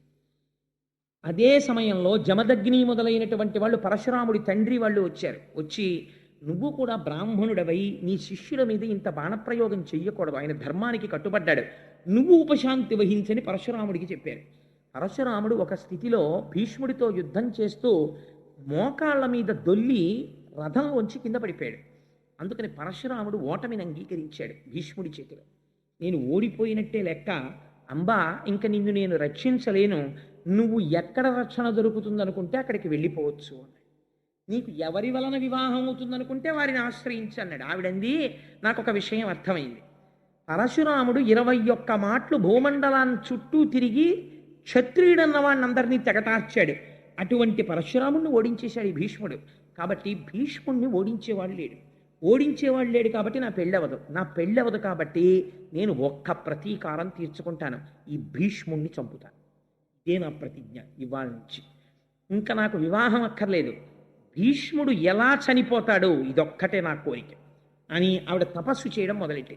ఒక చోట అంటారు, ఆవిడ ముందు సుబ్రహ్మణ్యేశ్వర స్వామి వారి గురించి తపస్సు చేసి కందుడు ప్రత్యక్షం అయ్యాడు. ఏమి నీ కోరిక అన్నాడు. భీష్ముడిని నిగ్రహించాలని. అది నేను చెప్పలేను, భీష్ముడికి వరం ఉంది, చేతిలో ధనస్సు ఉండగా ఎవరు చంపలేరు, పైగా ధర్మజ్ఞుడు, అందుకని నీకు ఒక పుష్పమాలను ఇస్తాను, ఈ పుష్పమాల మెడలో వేసుకుని ఎవరు యుద్ధం చేస్తే వాళ్ళు భీష్ముడి మీద గెలుస్తారు అన్నారు. ఎందరో రాజుల్ని అడిగింది మెడలో ఈ పుష్పమాల వేసుకుని భీష్ముడితో యుద్ధం చేయమని. మహాధర్మాత్ముడైన భీష్ముడిని ఎందుకు సంహరించాలి, ఎందుకు యుద్ధం చేయాలి, మేము యుద్ధం చేయమన్నారు. ఈ మాల తీసుకెళ్ళి ద్రుపదరాజు గారి ఇంటి రాజద్వారం మీద వేసి మళ్ళీ తపస్సు చేసింది. ఈసారి రుద్రుడు ప్రత్యక్షమయ్యాడు. ఏం కావాలన్నాడు. అంటే భీష్ముణ్ణి సంహరించాలంది. నీకు ఈ జన్మలో ఆ కోరిక తీరదు, వచ్చే జన్మలో తీరుతుంది, కాబట్టి నీ శరీరం విడిచిపెట్టి వేరే జన్మ తీసుకోమన్నాడు. యోగాగ్నిలో శరీరం వదిలేసి మళ్ళీ పుట్టింది. మళ్ళీ పుట్టినప్పుడు ఆడదై పుట్టింది. మళ్ళీ ఆడదై పుడితే భీష్ముడు యుద్ధం చేయడు, అందుకని మగవాడిగా మారాలి. మళ్ళీ తపస్సు చేసింది. మళ్ళీ తపస్సు చేసి మగవాడిగా మారింది, అందుకని శిఖండి. అందుకే ఎంతకి వదిలిపెట్టకుండా ప్రాణం తీసేస్తున్నారు అనుకోండి, అంటాం వీడెక్కడ దొరికాడు రా, నాకు శిఖండిలో దొరికాడు అంటాం. ఆ శిఖండి వెనక అంత కథ ఉంది. ఆ శిఖండి ద్రుపదుడికి కుమారుడిగా జన్మించాడు. ఆ ద్రుపదుడికి ఇంట్లో జన్మించి పెరిగి పెద్దవాడవుతున్నాడు. పాండవ పక్షంలోకి చేరి మహానుభావుడు భీష్ముడికి ఎంత అగ్ని పరీక్షలు వచ్చాయో తెలుసా అండి జీవితంలో. ఇంత కష్టపడి విచిత్రవీర్యుడికి అంబాలికనిచ్చి వివాహం చేశాడు. ఇద్దరినీ వివాహం చేసిన తర్వాత విచిత్రవీర్యుడికి క్షయవ్యాధి వచ్చి చచ్చిపోయాడు. చచ్చిపోతే అంబాలిక విధవలైపోయారు, వంశం ఆగిపోయింది. దాశరాజు ఏ సింహాసనం కోసమని సత్యవతీదేవికి పుట్టినటువంటి కొడుకులకి రాజ్యం ఇమ్మన్నాడో ఆ కొడుకులు ఇప్పుడు లేనే లేరు, మనవలు లేరు, ఆగిపోతే ఆ సత్యవతీదేవే భీష్ముడిని పిలిచి భీష్మ, వంశం ఆగిపోయింది, యుగధర్మాన్ని అనుసరించి ఇది తప్పు కాదు, నా కోడళ్ళైనటువంటి అంబాలికల యందు వాళ్ళు ఋతుస్నానము చేసిన తర్వాత నువ్వు సంగమిస్తే మళ్ళీ వంశము నిలబడుతుంది, వంశము కోసమని అలా సంగమించవచ్చు, దోషం లేదు, అందుకని నువ్వు సంగమించు అత్తగారి అనుగ్రహంతో ధర్మబద్ధమైతే అని అడిగింది ఆవిడ. అంటే దాని ఎందుండేటటువంటి ధర్మ సూక్ష్మం వేరు. ఇప్పుడు నేను దేవీ భాగవతం మాట్లాడటలేదు కదా. 8 రకాల కొడుకులు ఉంటారు, ఆ కొడుకులు ఏమిటి, ఎలా వస్తారు, అది ఎలా ధర్మం అవుతుంది, ఇవన్నీ దేవీ భాగవతం అయితే చెప్పాలి. ఇప్పుడు ఎందుకు ఆలరంతా నాకు. అందుకని ఈ మాట చెప్తే భీష్ముడు అన్నాడు, అమ్మా నేను ప్రతిజ్ఞ చేశాను ఆనాడే, నేను ఏ స్త్రీ ఎందు కూడా అలా ప్రవర్తించను, నేను బ్రహ్మచర్య నిష్ఠయందు ఉన్నవాడను, అందుకని వంశము లేకపోతే నేనేమీ చెయ్యలేను, కానీ నేను మాత్రం అలా ప్రవర్తించాను. దీనికి ఒక్క పరిష్కారం, ఎవరైనా బ్రహ్మజ్ఞాన సంపన్నుడై కేవలము వరకటాక్షము కోసమని సంగమించడము తప్ప శరీరమునందు అటువంటి కోరిక లేని ఒక బ్రాహ్మణుణ్ణి, ఒక బ్రహ్మజ్ఞానిని వేడుకో అన్నాడు. అంటే అప్పుడు వ్యాసుణ్ణి ప్రార్థన చేసింది. సరే, ఆ తర్వాత కథ మీకు తెలుసు. పాండవులు పుట్టడం, పాండురాజు గారు పుట్టడం, విదురుడు పుట్టడం, ధృతరాష్ట్రుడు పుట్టడం, దాసికి విదురుడు పుట్టడం, అలా వాళ్ళు ముగ్గురు పుట్టడం, తర్వాత కథ నడిచింది. ఆ తర్వాత ఎక్కడికి వచ్చేసింది, ఇన్ని తరాలు మారిపోతున్నాయి. ధృతరాష్ట్రుడు పుట్టాడు, పాండురాజు పుట్టాడు, పాండురాజు మళ్ళీ మరణించాడు, పాండురాజు యొక్క పిల్లలు పుట్టేశారు పాండవులు, ధృతరాష్ట్రుడికి దుర్యోధనాదులు జన్మించారు. ఇంతమందిని సాకుతూ తాతగారై గడ్డాలు నిలిచిపోయి జుత్తు నిలిచిపోయి మహాధర్మజ్ఞుడై మహానుభావుడు వీళ్ళందరికీ విలువిద్య నేర్పించి ద్రోణాచార్యుల్ని గురువుగా పెట్టి అలా ఆ వంశాన్ని సాకుతూ నడిపిస్తూనే ఉన్నాడు భీష్ముడు మాత్రం. ఆయన కళ్ళ ముందే బ్రహ్మాండమైనటువంటి కలహం బయలుదేరింది, కౌరవులకు పాండవులకు. కౌరవులు అనడానికి కూడా వీల్లేదు, ఎందుకంటే పాండవులు కూడా కౌరవులే, భీష్ముడు కూడా కౌరవుల్లో వాడే, కురుచక్రవర్తి యొక్క సంతానం. అందుకని పాండురాజు యొక్క పుత్రులకు ధృతరాష్ట్రుని యొక్క పుత్రులకు కలహం బయలుదేరినప్పుడు ఇంత ధర్మజ్ఞుడైనటువంటి భీష్ముడు, ఇంత ధర్మం తెలుసున్న భీష్ముడు కురుక్షేత్ర సంగ్రామం జరిగినప్పుడు మాత్రం పాండవ పక్షమునకు వెళ్ళలేదు, కౌరవ పక్షంలో దుర్యోధనుడి యొక్క పక్షంలో ఉండిపోయాడు. అలా ఎందుకు ఉండిపోవలసి వచ్చింది? నిజంగా భీష్ముడే కానీ ఒకవేళ పాండవ పక్షంలోకి వెళ్ళిపోతున్నాను అని అన్నాడు అనుకోండి, అసలు కురుక్షేత్ర యుద్ధం లేదు కదండి. దుర్యోధనుడు ఎవరిని చూసుకుని దిగాడు? ఇద్దరిని చూసుకుని దిగాడు. ఒకటి భీష్ముడు, 2 కర్ణుడు. వీళ్ళిద్దరికీ సంవాదం వచ్చింది సర్వసైన్యాధిపత్యం ఇచ్చేటప్పుడు. భీష్ముడు బతికున్నంత కాలం నేను అసలు యుద్ధభూమికి రానన్నాడు కర్ణుడు. అక్కడే అమంగళం. కాబట్టి ఏమైపోయింది, భీష్ముడిని చూసుకుని యుద్ధానికి వెళ్ళాడు. అటువంటి భీష్ముడు పాండవుల వైపుకి వెళ్ళిపోయాడు అనుకోండి, ఎన్నో మాటలు ధర్మం చెప్పాడు. మహానుభావుడయ్యా, అర్జునుణ్ణి ఎవరు గెలవలేరు, పాండవుల పట్ల ధర్మం ఉంది, వాళ్ళు నెగ్గుతారని చెప్పాడు. అటువంటి భీష్ముణ్ణి దుర్యోధనుడు పట్టుకుని వేలాడవలసినటువంటి అవకాశం ఇవ్వకుండా పాండవ పక్షానికి వెళ్ళిపోయి ఉంటే అసలు కురుక్షేత్రం జరిగేది కాదు కదా. భీష్ముడు ఎందుకు వెళ్ళలేదు? ఒకటవ ప్రశ్న. 2, అట్లాంటి భీష్ముణ్ణి అలాగ ముళ్ళపంది ఎలా అయితే ముళ్ళతో ఉంటుందో అలా అంగుళం మాత్రం చోటు లేకుండా అన్ని బాణాలతో కృష్ణుడు ఎందుకు కొట్టించాడు అంటే భీష్మంచ ద్రోణంచ జయద్రథంచ అని గీతలో చెప్పాడు. నేనే సంహరిస్తున్నానని చెప్పాడు. భీష్ముణ్ణి అన్ని బాణాలతో ఎందుకు కొట్టాడు? ఈ రెండు భీష్మాచార్యుల వారి జీవితానికి సంబంధించి చాలా గహనమైనటువంటి ప్రశ్నలు. అలా కొట్టడానికి ఒక కారణం ఉంది. నేను దేనికైనా సరే ప్రపంచంలో ఆలంబనం ఏమిటో తెలుసా అండి? ధర్మమే. భీష్ముడు తన జీవితం మొత్తం మీద ఒక్కసారి ధర్మం తప్పాడు. అది కూడా పూర్తిగా ధర్మం తప్పాడు అని చెప్పడం కూడా కుదరదు. ధర్మం తప్పాడా తప్పలేదా అని చెప్పడానికి వీలు లేని రీతిలో ఒకసారి మాట్లాడాడు. ఎప్పుడు మాట్లాడాడు అంటే, ధర్మరాజు గారికి శకునికి ద్యూతక్రీడ జరుగుతున్నప్పుడు శకుని మధువుని సేవించి ఉండడంలో మరిచిపోయి ముందు ధర్మరాజుని ఒడ్డాడు. ధర్మరాజుని నిన్ను నువ్వు పణంగా పెట్టుకో అన్న తర్వాత ధర్మరాజు ఓడిపోయాక గుర్తొచ్చింది శకునికి, ఈ భార్య ఉంది కదా ద్రౌపది, ఆవిడ్ని ఒడ్డు అన్నాడు. అప్పటికే ధర్మరాజు శకునికి దాస్యంలోకి వెళ్ళిపోయిన ధర్మరాజు వడ్డమన్న శకునికి వెడుతుంది కానీ దోషం ఒడ్డిన నాకు పట్టదని చెప్పి ఇప్పుడు నాకు శకుని యజమాని, నేను ఆయనకి దోషం ఆయనకి ఎడుతుందని ద్రౌపదిని ఒడ్డి మళ్ళీ ఓడిపోతే దుశ్శాసనుడు రజస్వల అయినటువంటి ద్రౌపదీదేవిని సభలోకి ఈడ్చుకొచ్చి వలువలు ఊడుస్తుంటే ఆవిడ ఒక ప్రశ్న వేసింది పేర్లు చెప్పి. ఈ సభలో భీష్మద్రోణులు ఉన్నారు, వాళ్ళకి ధర్మం తెలుసు. నన్నోడి తన్నోడెనా, తన్నోడి నన్నోడెనా, ధర్మం చెప్పమని. భీష్ముడు పెద్ద సంకటంలో పడ్డాడు. భీష్ముడు నోరు విప్పి మాట్లాడి, ధర్మరాజు చేసినది దోషమే, ఓడిపోయిన ధర్మరాజుకి ద్రౌపదిని ఒడ్డేటటువంటి అధికారము లేదు అని అంటే వెంటనే ద్రౌపదీదేవి మహాపతివ్రత, ఆవిడ శపిస్తే కౌరవులు ధృతరాష్ట్రుని యొక్క సంతానమంతా నశించిపోతారు. ఇంత కష్టపడి పెంచి పోషించాడు వీళ్ళందరినీ, తన కళ్ళ ముందు పోతారు.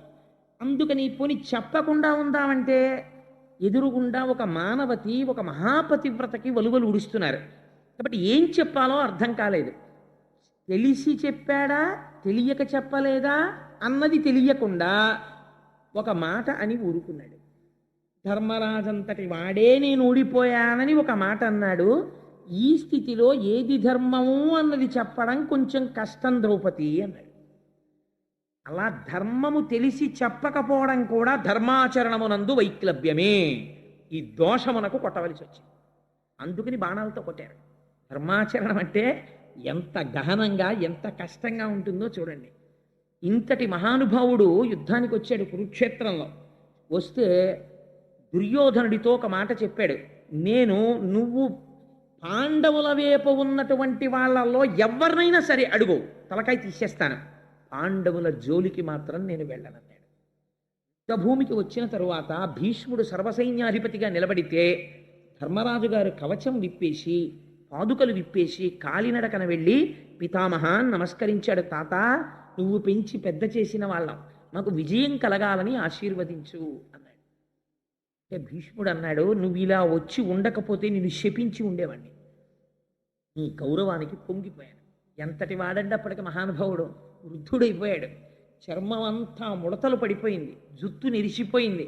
తన కళ్ళ ముందు తన వాళ్ళు దెబ్బలాడుకుంటున్నారు, తనే సర్వసైన్యాధిపతి అయి నిలబడ్డాడు. మీ 5గురు జోలికి రాను కానీ అంటే ఆయన అన్నాడు, తాత నువ్వు రావక్కర్లేదు, కానీ నీకు స్వచ్ఛంద మరణం వరం ఉంది. యుద్ధంలో నువ్వు ధనస్సు పట్టగా ఎవరూ కొట్టలేరు, నువ్వు యుద్ధంలో ఉంటే ఎలాగ తాత అని చేతులు నలిమాడు. ఇప్పుడు ఆ విషయం అడక్కు, కొన్నాళ్ళు పోయాక కనపడ చూద్దాం వెళ్ళని. మా యోగక్షేమాలు మాత్రం దృష్టిలో పెట్టుకో తాత అని వెళ్ళిపోయాడు ధర్మరాజు. వెళ్ళిపోతే రోజు యుద్ధం చేసేవాడు, ఇంటికి వచ్చేవాడు. దుర్యోధనుడు వచ్చి సూటి పోటీ మాటలు ములుకులతో పొడిచినట్టు మాట్లాడేవాడు భీష్ముణ్ణి. అంత గొప్పవాడివని యుద్ధంలో దిగాను, ఎంతమందిని చంపావు, ఏం చేశావు, నువ్వు తలుచుకుంటే అర్జునుడిని చంపలేవా, నువ్వు కావాలని వెనకేసుకొస్తున్నావు, నువ్వు పాండవ పక్షపాతివి అని పాపం ఆ వయస్సులో అన్ని మాటలు పడుకుని ఒకరోజు 9వ రోజు అనుకుంటాను కురుక్షేత్రంలో, దుర్యోధన ఇవాళ భీష్ముడంటే ఏమిటో చూద్దుగాలి యుద్ధంలో, ఇవాళ చూపిస్తాను భీష్ముడంటే ఏమిటో అన్నాడు. మండలాకారమైన ధనస్సుని పట్టుకున్నాడు. ఇలా పట్టుకోవడం మానేసి ఇలా పట్టుకున్నాడు ధనస్సు అర్ధచంద్రాకారంగా. ఆ రోజు భీష్ముడు వేసిన బాణాలు కనపడ్డాయి తప్ప భీష్ముడు కనపడలేదు.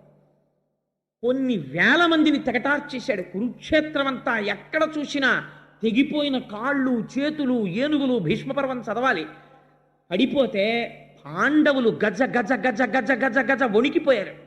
అర్జునుడిని పంపించారు భీష్ముడి మీద యుద్ధానికి. పంపిస్తే అర్జునుడు యుద్ధానికి వచ్చాడు. వస్తే ఆ రోజున భీష్ముడు చేశాడు యుద్ధం.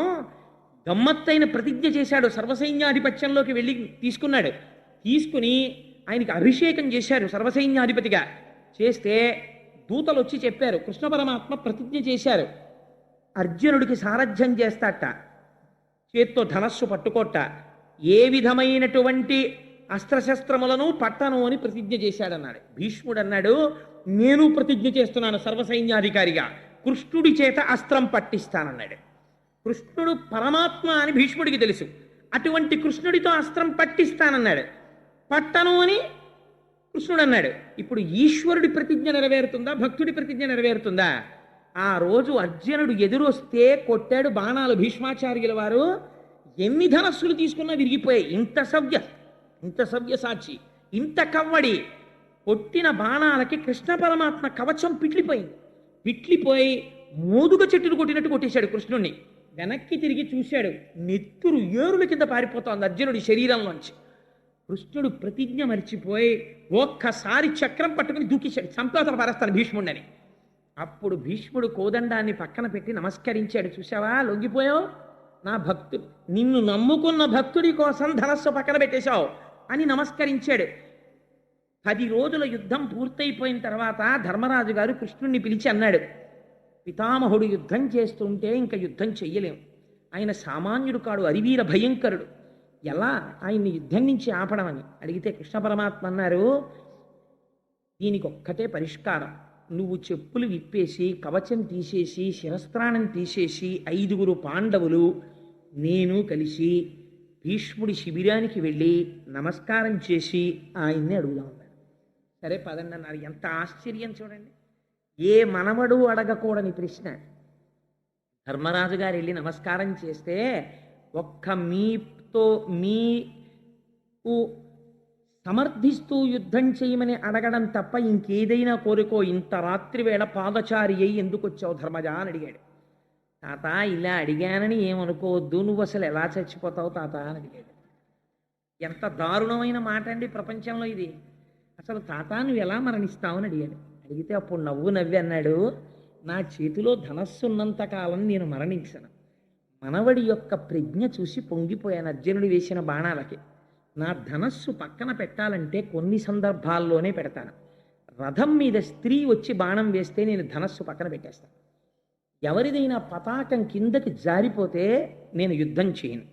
వెన్నిచ్చి పారిపోతుంటే యుద్ధం చేయను. ఆడదిగా పుట్టి మగవాడిగా మారినటువంటి వాడు యుద్ధానికి వస్తే యుద్ధం చేయను.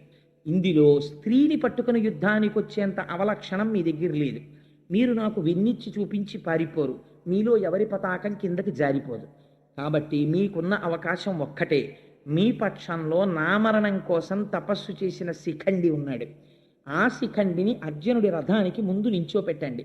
నించోపెడితే శిఖండి బాణాలు వేస్తే నేను ధనస్సు పక్కన పెట్టేస్తాను. ధనస్సు పక్కన పెట్టేశాను కాబట్టి నేను మళ్ళీ బాణం వెయ్యను కాబట్టి వెనక నుంచి అర్జునుడితో బాణ పరంపర కురిపించి నా శరీరాన్ని డుల్లగొట్టేయండి అన్నాడు. అలాగే తాత అని వెళ్ళిపోతే ఏడ్చాడండి అర్జునుడి శిబిరంలో. మహానుభావుడు, తండ్రి లేక మేము ఏడుస్తుంటే ఆ రోజుల్లో మాకు నాన్న అని ఎవరిని పిలవాలో తెలియక మా పట్ల అంత ప్రేమతో ఉన్న భీష్ముడి దగ్గరికి వెళ్ళి కౌరవులు మమ్మల్ని బాధ పెడుతుంటే నాన్న అని తెలియక మేము పిలిస్తే నేను నాన్నని కాను నాన్న తాతని అని ఆయన ఒడిలో కూర్చోపెట్టుకుని మాకు గోరు ముద్దలు తినిపించాడు. మమ్మల్ని పెంచి పెద్ద చేశాడు. సర్వకాలముల యందు మా ఉన్నతిని కోరాడు. మాకు ఆశీర్వచనం చేశాడు. మాకు విలువిద్య నేర్పాడు. మాకు ద్రోణుణ్ణి గురువుగా పెట్టాడు. అంతటి మహాపురుషుడు ఇవాళ వృద్ధుడైపోయాడు. తండ్రి కోసమని ప్రతిజ్ఞ చేశాడు. సర్వం త్యాగం చేసేశాడు. అంతటి ధర్మమూర్తి అయి తన వంశాన్ని చూసుకోవాలని ఇంతకాలం నిలబడిపోయాడు. అటువంటి వాణ్ణి సవ్యసాచినై గాంధీవం పట్టుకుని శిఖండిని అడ్డు పెట్టుకుని ఆయన మీద బాణపరంపర కొడుతుంటే ఆయన ఒంట్లోంచి నెత్తురు కారిపోతుంటే నే కొట్టగలనా అన్నయ్య అని అడిగాడు. కొట్టక తప్పదురా, కొట్టవలసిందే ధర్మం కోసం, కొట్టు తప్పదన్నాడు కృష్ణుడు. దానికి వచ్చారు. వచ్చిన తర్వాత శిఖండిని ఎదురుపెట్టి తీసుకొచ్చారు. తీసుకొస్తే ఆయన ధనస్సు పక్కన పెట్టేశాడు. పెట్టిన తర్వాత శిఖండి 100 బాణములు వేశాడు ఒకేసారి. ఎందుకంటే ఆయన ప్రతిజ్ఞ నెరవేరాలి. ఆయన యొక్క కవచం డుళ్ళిపోయి కింద పడిపోయింది విప్పుకుని. గుండెలు దొరికాయి. దొరకగానే అర్జునుడు ఆ రోజు కొట్టినటువంటి బాణ పరంపరకి బొట్టన వేలు ఇలా పెట్టి వేలి ముద్ర వేస్తాను చూడండి, అలా వేలి ముద్ర వెయ్యడానికి ఇలా బొట్టన వేలు పెట్టడానికి చోట్లేనన్ని బాణాలతో కొట్టాడు. కొడితే చుట్టూ బాణపంజరమే, మధ్యలో భీష్ముడు ఉన్నాడు. అన్ని వేపుల నుంచి నెత్తురు కారిపోతోంది. వీపు చూపించలేదు కాబట్టి ఒక్క తల వెనక తగలలేదు బాణాలు. ఒంటి నిండా బాణపంజరాలు కొట్టిన తర్వాత సూర్యుడు అస్తమిస్తున్నటువంటి సమయంలో రథం మించి డుళ్ళి కింద పడిపోయాడు. కింద పడిపోయినప్పుడు ఆయన శరీరం భూమికి తగలలేదు, బాణములతో పడిపోయి ఉండిపోయాడు. అప్పుడు పిలిచాడు. అందరూ పరుగు పరుగున వచ్చేశారు. యుద్ధం ఆపి భీష్ముడంతటి వాడు పడిపోయాడు. ఇవాళ పడిపోతే అప్పుడు అడిగాడు, అయిపోయింది నా సమయం, స్వచ్ఛంద మరణాన్ని కోరాను. కానీ అప్పుడు గుసగుసలు వినపడ్డాయి. ఇంతటి భీష్ముడికి దక్షిణాయనంలో మరణమా? లేదు, నేను ఇంకా బ్రతికే ఉన్నాను. ఉత్తరాయణం వరకు నా శరీరం విడిచిపెట్టను. సూర్యుడు మకర రాశిలో ప్రవేశించి మాఘమాసం వచ్చిన తర్వాత రథసప్తమి నాడు రథం ఉత్తర దిక్కుకు తిరిగాక ఏకాదశి ఘడియల్లో నా ప్రాణం విడిచిపెడతాను అని అర్జునుణ్ణి పిలిచి, నా తల వ్రేలాడిపోతోందయ్యా వెనక్కి, మర్మస్థానములన్నీ కదిలిపోతున్నాయి, బాణములు కొట్టేయడం వల్ల నెత్తురు ఓడిపోతోంది, నాకు తలగడ అమర్చు అన్నాడు. దుర్యోధనాదులు వెంటనే తలగడలు పట్టుకొచ్చారు. ఈ తలగడలు కాదురా నాకు కావలసింది, యుద్ధ భూమినందు పడుకున్నటువంటి వాడికి బాణములతో కొట్టాలి తలగడ, అందుకని అర్జునుడు కొడతాడన్నారు. అర్జునుడు బాణములతో తలగడ ఏర్పాటు చేశాడు. చాలు నీలాంటి మనవడు పుట్టాడని ఆ బాణముల మీద తలగడ ఏర్పాటు చేసుకుని, నేను ఈ యుద్ధ భూమినందే పడి ఉంటాను, నా చుట్టూ కందకం తవ్వండి, ఎవ్వరూ నా వైపుకి రాకుండానని కందకం తవ్వించుకుని ఆ భూమి మీద పడి ఉండిపోయాడు. ఉండిపోయిన తర్వాత కురుక్షేత్ర సంగ్రామం అయిపోయింది. అందరూ ఈ ధృతరాష్ట్రుడి పక్షం అంతా ఓడిపోయింది, పాండవ పక్షం గెలిచేసింది. అప్పటికి కూడా ఇంకా భీష్ముడు అంపశయ్య మీదే ఉన్నాడు. చేసుకుంటున్నారు. ఒకనాడు దాహార్తి కలిగింది మహానుభావుడికి, నాకు దాహం వేస్తోందన్నాడు. నీళ్లు పట్టుకొచ్చారు. అంపశయ్య మీద పడుకున్నవాడు లౌకికమైన జలములు తాగడు. అర్జునుడికి తెలుసు ఏ నీళ్ళు ఇవ్వాలో. అర్జున ఈ అన్నాడు. ఆయన పర్జన్యాస్త్రాన్ని ప్రయోగించాడు. ప్రయోగిస్తే భూమిలోంచి నీరు అమృతోదకం పైకి లేచి ఆయన నోట్లో పడింది. ఆ నీటిని తాగాడు. తాగి అంపశయ్య మీద పడి ఉండగా ఇప్పుడు భాగవతంలోకి రండి. ఇవాళ భీష్ముడి యొక్క కథ వినాలి కాబట్టి ఇప్పటి వరకు నేను దేవీ భాగవత భారత ఇతర గ్రంథములలోకి వెళ్ళి భీష్మాచార్యుల వారి చరిత్ర ఈ అసుర సంధ్య వేళలో చెప్పుకుంటే మనుష్యులుగా పుట్టినందుకు మనం తరించిపోతామని సంక్షిప్తంగా భీష్మ చరిత్రని మీకు వివరించాను. ఇప్పుడు ఆ భీష్మాచార్యుల వారు అంపశయ్య మీద పడి ఉండగా కృష్ణ భగవానుడు ఏకాదశి ఘడియలు దగ్గరికి వస్తున్నాయని ఆ ధర్మరాజుతో ఒక మాట చెప్పాడు. భీష్ముడు అక్కడ అంపశయ్య మీద ఉన్నాడు, నువ్వు బయలుదేరి వెళ్ళి దర్శనం చేసుకుని ఆయన దగ్గర ధర్మాలు తెలుసుకో. అటువంటి మహాపురుషుడు వెళ్ళిపోతే మళ్ళీ ధర్మం చెప్పేవాడు లేడు. అంటే భారతంలో చెప్పారు తప్ప ఇక్కడ చెప్పలేదు ఆ ధర్మాలు భాగవతంలో. వెళ్ళి ధర్మరాజాదులు ఆయనకి నమస్కరించి ఆయన దగ్గర అన్నీ విన్నారు. విన్న తర్వాత భాగవతంలో మాత్రం వ్యాసుడు ఎక్కడి నుంచి మాట్లాడతాడంటే, ఉత్తరాగర్భం మీదకి అశ్వత్థామ బ్రహ్మాస్త్రాన్ని ప్రయోగిస్తే ఉత్తరాగర్భాన్ని కృష్ణుడు రక్షించాడు అన్న మాట విన్నాడు. ఉపపాండవులు సంహరింపబడ్డారు అశ్వత్థామ చేతిలో అన్న మాట విన్నాడు. విని భీష్ముడు కాలాన్ని ముందు స్తుతి చేస్తాడు. ఆయన అంటాడు, ఏమి ఆశ్చర్యమయ్యా, ప్రపంచంలో ఎవరైనా దేనినైనా అతిక్రమించగలరు, కానీ కాలమును ఎవ్వరూ అతిక్రమించలేరు. అన్నిటికన్నా బలవత్తరమైనది ఏది? కాలమే. కాలము బలవత్తరమైనది కాకపోతే భీష్ముడి జీవితమే చూడండి. ఎవరి కోసం సింహాసనం త్యాగం చేశాడో అసలు వాళ్ళెవ్వరూ మిగల్లేరు. అయినా సరే తను ధర్మం కోసమని అలా నిలబడిపోయాడు మహానుభావుడు. ఇన్ని కష్టాలు పడ్డాడు. తన తమ్ముడి కోసమని చెప్పి తీసుకొచ్చినటువంటి స్త్రీ శిఖండిగా మారి తన మరణానికి కారణమైంది. అంపశయ్య మీద పడిపోయాడు. ఆయన అంటాడు, కాలము ఎంత అతిక్రమించడానికి వీలు లేనిది అనడానికి నాకు కట్టెదుట ఒక ఉదాహరణ దొరుకుతున్నది. మీరు ఈ పద్యాన్ని భీష్మస్థుతిలో ఈ పద్యాన్ని బాగా జ్ఞాపకం ఉంచుకుంటే మనం చిన్న చిన్న కష్టాలకి కదిలిపోతాం జీవితంలో. కదిలిపోయి బాబోయ్ ఎంత కష్టమో ఎంత కష్టమో ఎంత కష్టమో అంటాం. కారణం ఏమిటంటే మనం ఆ కష్టమునందు వెంటనే తాదాత్మ్యత పొందేస్తాం, సంసారముతో తాదాత్మ్యత పొందుతాం. విధిని నిర్వహించాలి, ఒక తండ్రిగా నీ విధిని నువ్వు నిర్వహించాలి అంతే తప్ప అందులో వచ్చేటటువంటి సుఖదుఖములతో నువ్వు తాదాత్మ్యత పొందేస్తే నీ స్వధర్మమును నువ్వు నిర్వహించలేవు, జారిపోతావు. అందుకే రామకృష్ణ పరమహంస ఒక అందమైన మాట చెప్తారు, పనసకాయ కొట్టాలి కానీ పనసకాయ కొట్టేటప్పుడు తప్పకుండా ఓ పని చెయ్యాలి. చేతులకి నూనె రాసుకొని పనసకాయ కొట్టిన వాడికి జిగురంటుకోదు.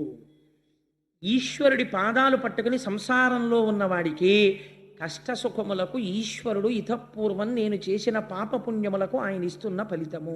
కాబట్టి వేరొకసారి నా వలన అటువంటి పాపములు జరగకుండుగాక అని నిలబడిపోతాడు తప్ప లోకుల్నంగని మెచ్చని ఎలుగని లోలోన నిందింపని చీకాకున్బడని మహాత్ముడని జేలొగ్గని మూకీభావమునం తిట్టని త్రోయని నీ కారుణ్యము కలిగి ఉండి నేను అంతే చాలునో శంకర అంటాడు దుర్జటి. ఆ కష్టం వచ్చినా సుఖం వచ్చినా ఈశ్వరుడి పాదాలు పట్టుకుంటాడు తప్ప పాదముల నుంచి మాత్రం విడువడి పొందడు. ఆ కాలము ఎంత దుస్తరంగా ఉంటుందో మీరు భీష్ముడి యొక్క స్థితిలో మొదటి పద్యాన్ని విని బాగా ధారణ చేశారనుకోండి.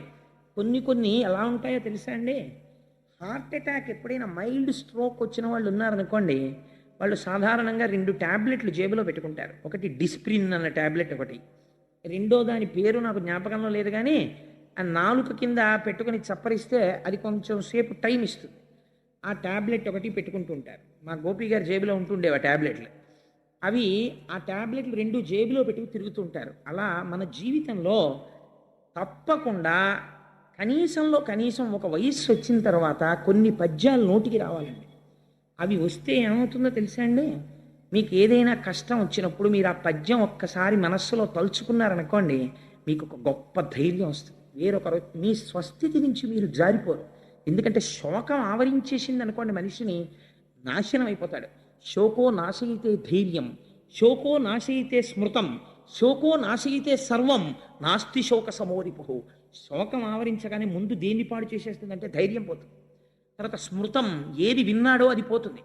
కాబట్టి విన్నది గుర్తులేదు, ధైర్యం లేదు, పిరికివాడైపోతాడు, ఆలోచన ఉండదు. కాబట్టి తొందరగా నశించిపోతాడు, పడిపోతాడు ఆ కష్టానికి. అలా పడిపోకుండా ఉండాలంటే పెద్దల వాక్కులు ట్యాబ్లెట్లు పెట్టుకున్నట్టు పెట్టుకోవాలి. ఒకసారి స్ట్రోక్ వచ్చిన వాడు ఎందుకైనా మంచిదని జేబులో ఎలా పెట్టుకుంటాడో తప్పకుండా అలా కొన్ని పద్యాలు మీరు మేధస్సునందు పెట్టుకోవాలి. ఎందుకంటే కష్టము రాని జీవితము నాకు ఉండి తీరుతుంది అని నమ్మకం ఎవరికైనా ఉంటుందా? ఎవరికి ఉండదు. ప్రతి క్షణం మనకు అనుమానమే, ఏమో ఎట్నుంచి కష్టం వస్తుందో అని. కష్టం వస్తే వచ్చిన కష్టాన్ని ఇలా తుడిచేసి లేకుండా మీరు చేసుకోగలరా? చేసుకోలేరు. కాబట్టి మీకున్న అవకాశం ఏమిటి? ఒక్కటి, ఆ కష్టాన్ని తట్టుకునే శక్తి మీకు కావాలి. ఈ తట్టుకునే శక్తి మీకు ఉందనుకోండి, మీరు మీ స్వస్థితి నుంచి జారిపోరు, దాన్ని తట్టుకుంటారు, ఇంకొకరికి ఉపకరించగలుగుతారు. కాబట్టి ఇప్పుడు అలా తట్టుకునేటట్టు చెయ్యగలిగినవి కొన్ని మాత్రమే ఉంటాయి. భాగవతంలో మిగిలినంతా విడిచిపెట్టి భీష్మస్థుతిని ఒక్కదాన్ని వ్యాసుడు తీసుకొచ్చాడు. ఎందుకు తీసుకొచ్చి ఉంటాడండి? మీరు బాగా జ్ఞాపకం పెట్టుకోండి. ఆ ప్రతి పద్యం కూడా మహత్తరమైనటువంటి ఒక్కొక్క క్యాప్స్యూల్. అది మీకు నోటికి వచ్చాయనుకోండి ఆ పద్యాలు మీకు వస్తే అవి ఎలా మెట్లెక్కిస్తాయో మీకు చూపిస్తానో ఆశ్చర్యంగా ఉంటుంది. మొదట మనం దేనికి లొంగుతాం జీవితంలో? కష్టానికి లొంగుతాం. ఇంతటి అంపశయ్య మీద పడుకున్న భీష్ముడు ధర్మరాజుని చూసి అన్నాడు, ధర్మరాజు వచ్చి అక్కడ నిలబడితే పరామర్శ అంటాం కదా, మరి ఉప పాండవులు పోయారు కదా. ధర్మరాజుని చూసి అన్నాడు, అయ్యో ఉప పాండవులు పోయారట కదా, ఏమిటో పాపం మీ కర్మ అనలేదు.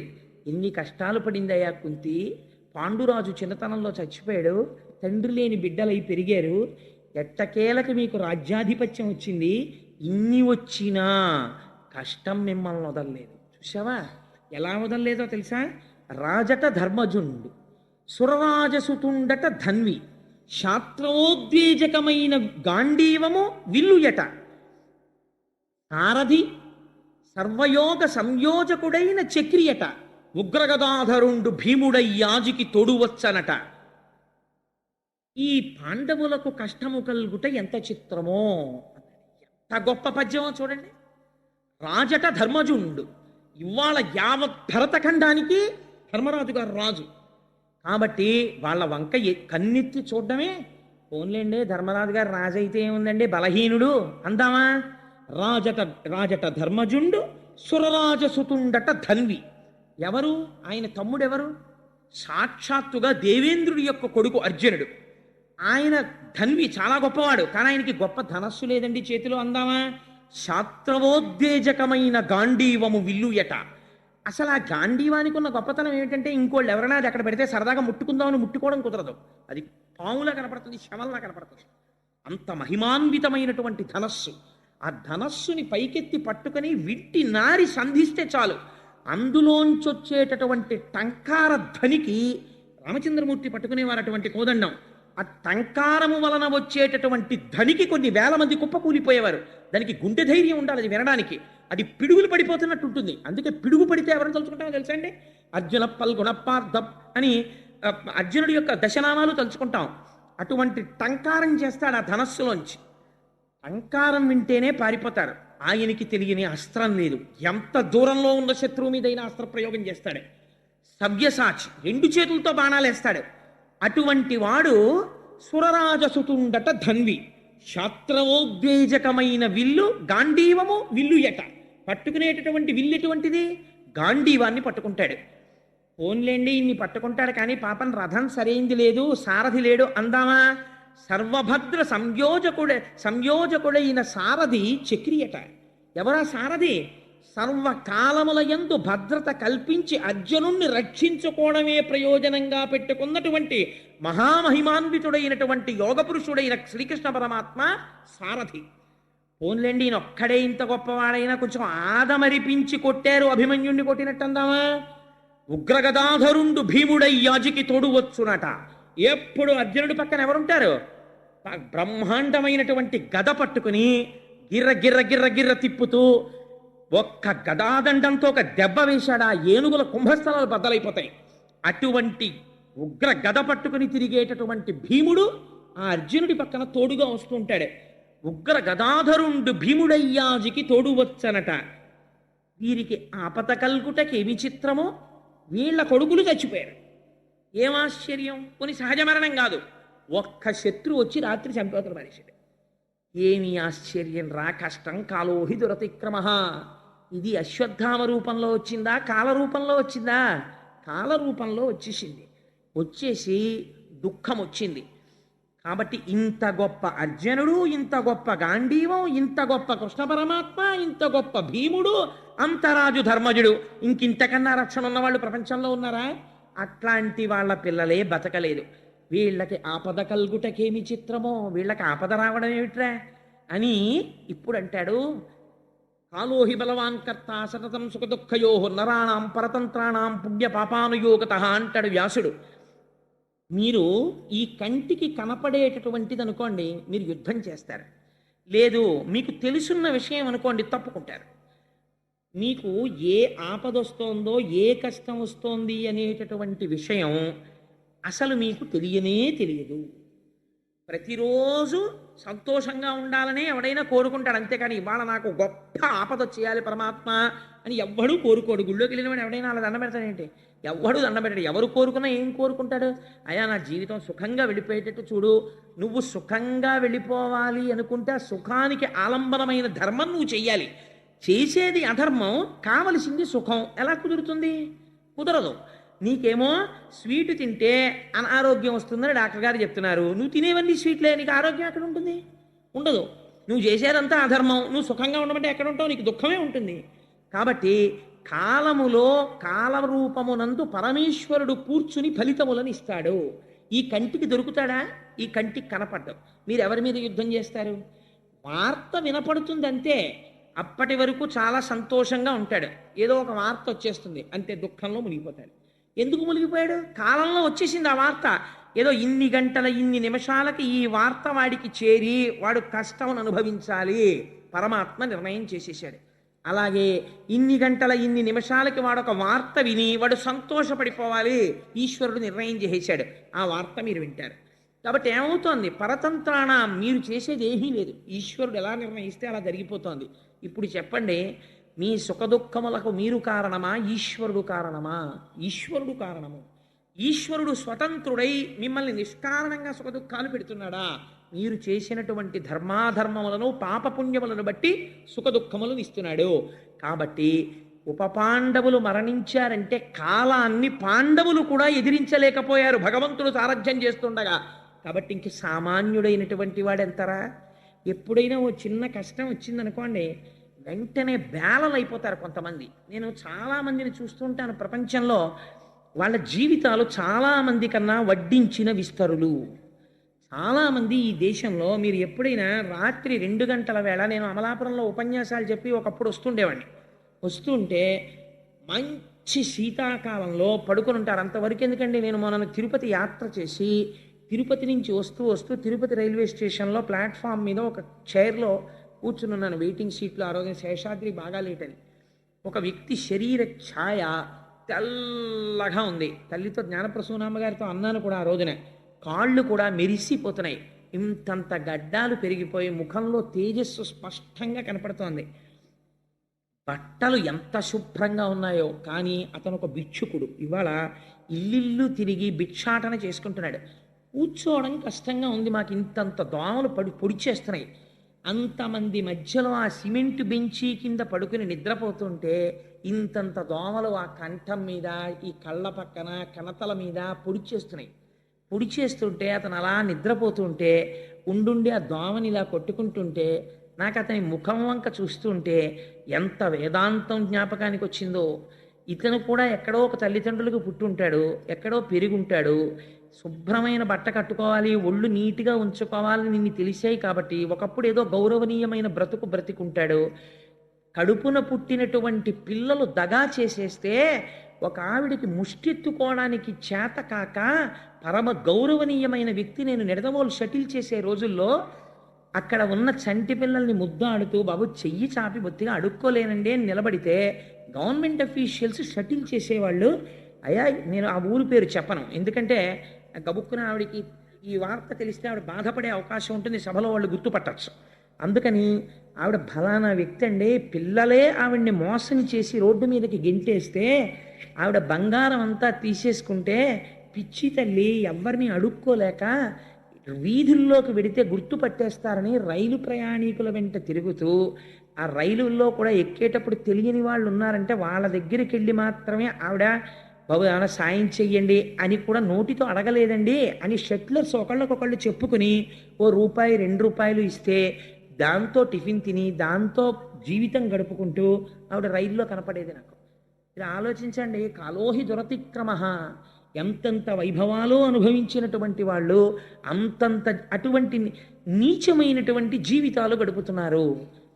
మీకు నేను ఒక ఉదాహరణ చెప్తాను. ఒకసారి నేను ఆశ్రమశ్రావణి మన ఊర్లోనే ఉంది, నేను ఆ వృద్ధాశ్రమానికి వెళ్ళాను. మా తల్లి అనురాధ గారు కూడా వచ్చారు ఆ రోజున. సంవత్సరాది నాడు అనుకుంటా. ఈ ఊర్లోనే ఉంటారు ఒక తల్లి, ఆవిడ పేరు నాకు జ్ఞాపకం లేదు, కానీ శరన్మేఘము అని పుస్తకం రాశారు. ఎంత చంటి పిల్లల్ని కాపాడినట్టు కాపాడతారు అక్కడ ఉన్న వృద్ధుల్ని. ఒక దుర్మార్గుడైన కొడుకు, నేను ఈ మాట అనడానికి ఏమీ వెనకంజ వేయట్లేదు, నేను తెలిసే ఈ మాట ప్రయోగిస్తున్నాను. తల్లిని, అమ్మా నిన్ను దేవాలయానికి తీసుకెళ్తున్నానమ్మా అని చెప్పి తీసుకొచ్చి వృద్ధాశ్రమంలో విడిచిపెట్టి వెళ్ళిపోతే ఆ తల్లికి పిచ్చెక్కిపోయింది. ఆవిడ రోజు పెట్టి సర్దేసుకుని అన్నం తిని, మా అబ్బాయి వచ్చేస్తాడండి నేను వెళ్ళిపోతాను, మా అబ్బాయి వచ్చేస్తానండి నేను వెళ్ళిపోతాను అని ఇలా చెప్తుంటారు పాపం అందరికీ, వెళ్ళిన వాళ్ళకి. ఆ తల్లి మాకు చెప్పారు, మీకు గుర్తుంది కదమ్మా, ఏంటి వాళ్ళ అబ్బాయి తీసుకొచ్చి ఇలా దింపి వెళ్ళిపోయాడండి, ఆవిడకి పిచ్చి వచ్చేసింది. ఎవరిని నమ్ముతారు ప్రపంచంలో మీరు? ఆలోహి దురతిక్రమ. వాళ్ళకు వచ్చిన కష్టం కన్నా మీకు వచ్చిన కష్టాలు పెద్దవా?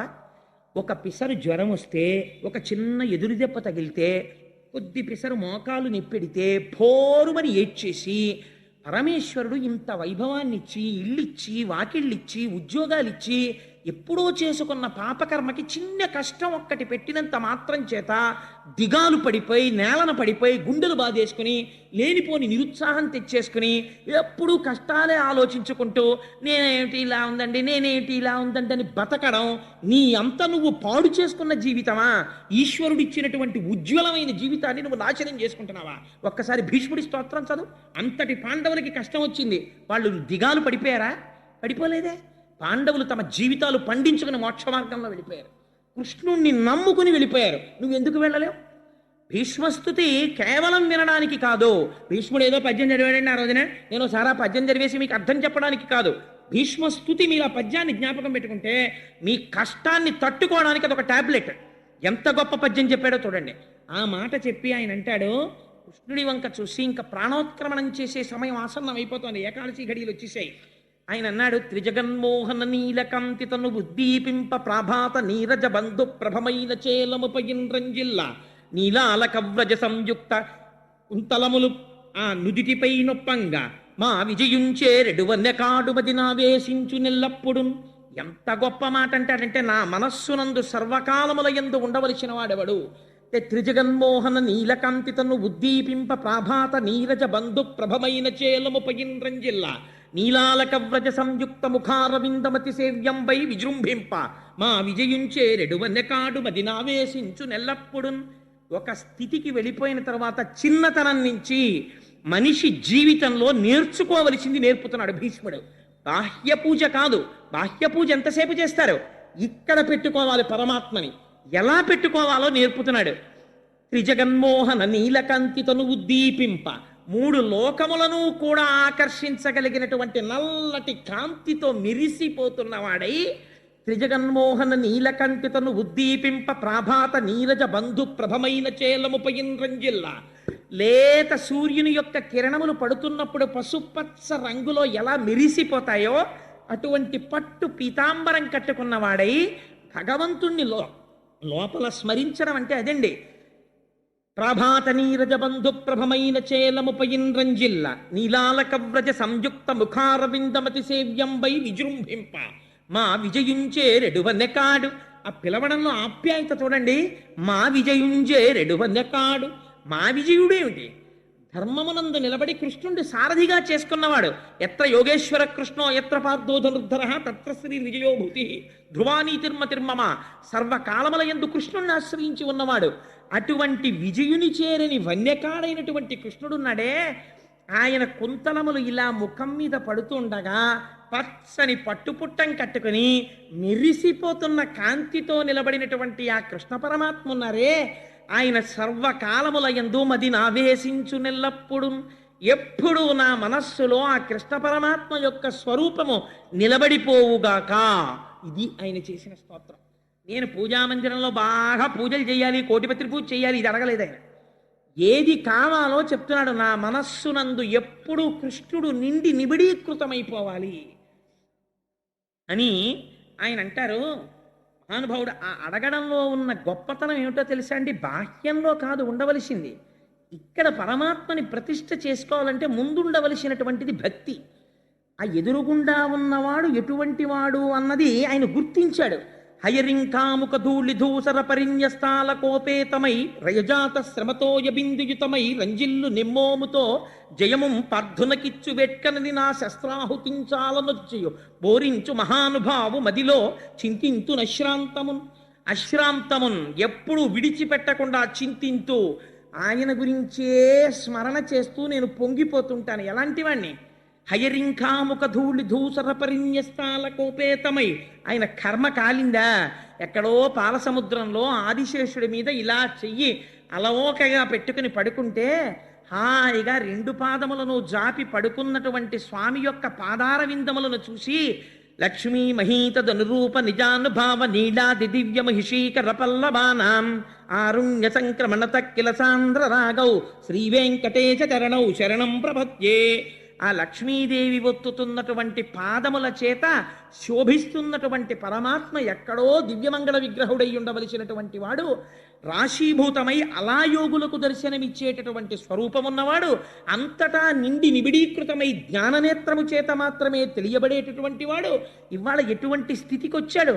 తనని నమ్ముకున్న వాణ్ణి రక్షించడం కోసమని హయరింకాముఖ ధూళి ధూసర పరిన్యస్తాల కోపేతమై ఆయన గుర్రాల్ని నడుపుతుంటే, ఏం గుర్రాల్ని నడపడం అంటే మాటలండి, అర్జునుడి రథానికి కట్టినటువంటి గుర్రాల యొక్క కళ్ళాలన్నింటినీ కలిపి ఎడం చేత్తో పట్టుకోవాలి. పట్టుకుని ఎవరు ప్రతిద్వందో అటువైపుకి నడపడానికి వీలుగా తీసుకెడుతుండాలి. ఒక పక్క చేతులు తెగిపోతుంటాయి, కాళ్ళు తెగిపోతుంటాయి, భయంకరమైన యుద్ధం జరుగుతుంటుంది. ముందు సారథిని కొడతారు పైగాను. ఒక చేత్తో ఆ వేత్రదండం పట్టుకోవాలి, ఆ గుర్రాల్ని అదల్చడానికి హై హై అంటుండాలి. అవి పట్టుకుని నడుపుతుంటే ఆ ముందు వెళ్ళిపోతున్నటువంటి రథాల వల్ల, ఆ జోరు వల్ల, పెద్ద పెద్ద ఘీంకారాలు చేస్తూ పడిపోతున్న ఏనుగుల వల్ల, సకిలిస్తున్న గుర్రాల వల్ల యుద్ధభూమిలో పైకి బోలెడంత మట్టి రేగుతుంది. ఆ రేగిన మట్టి అంతా స్వామి ఒంటి మీద పడిపోయింది.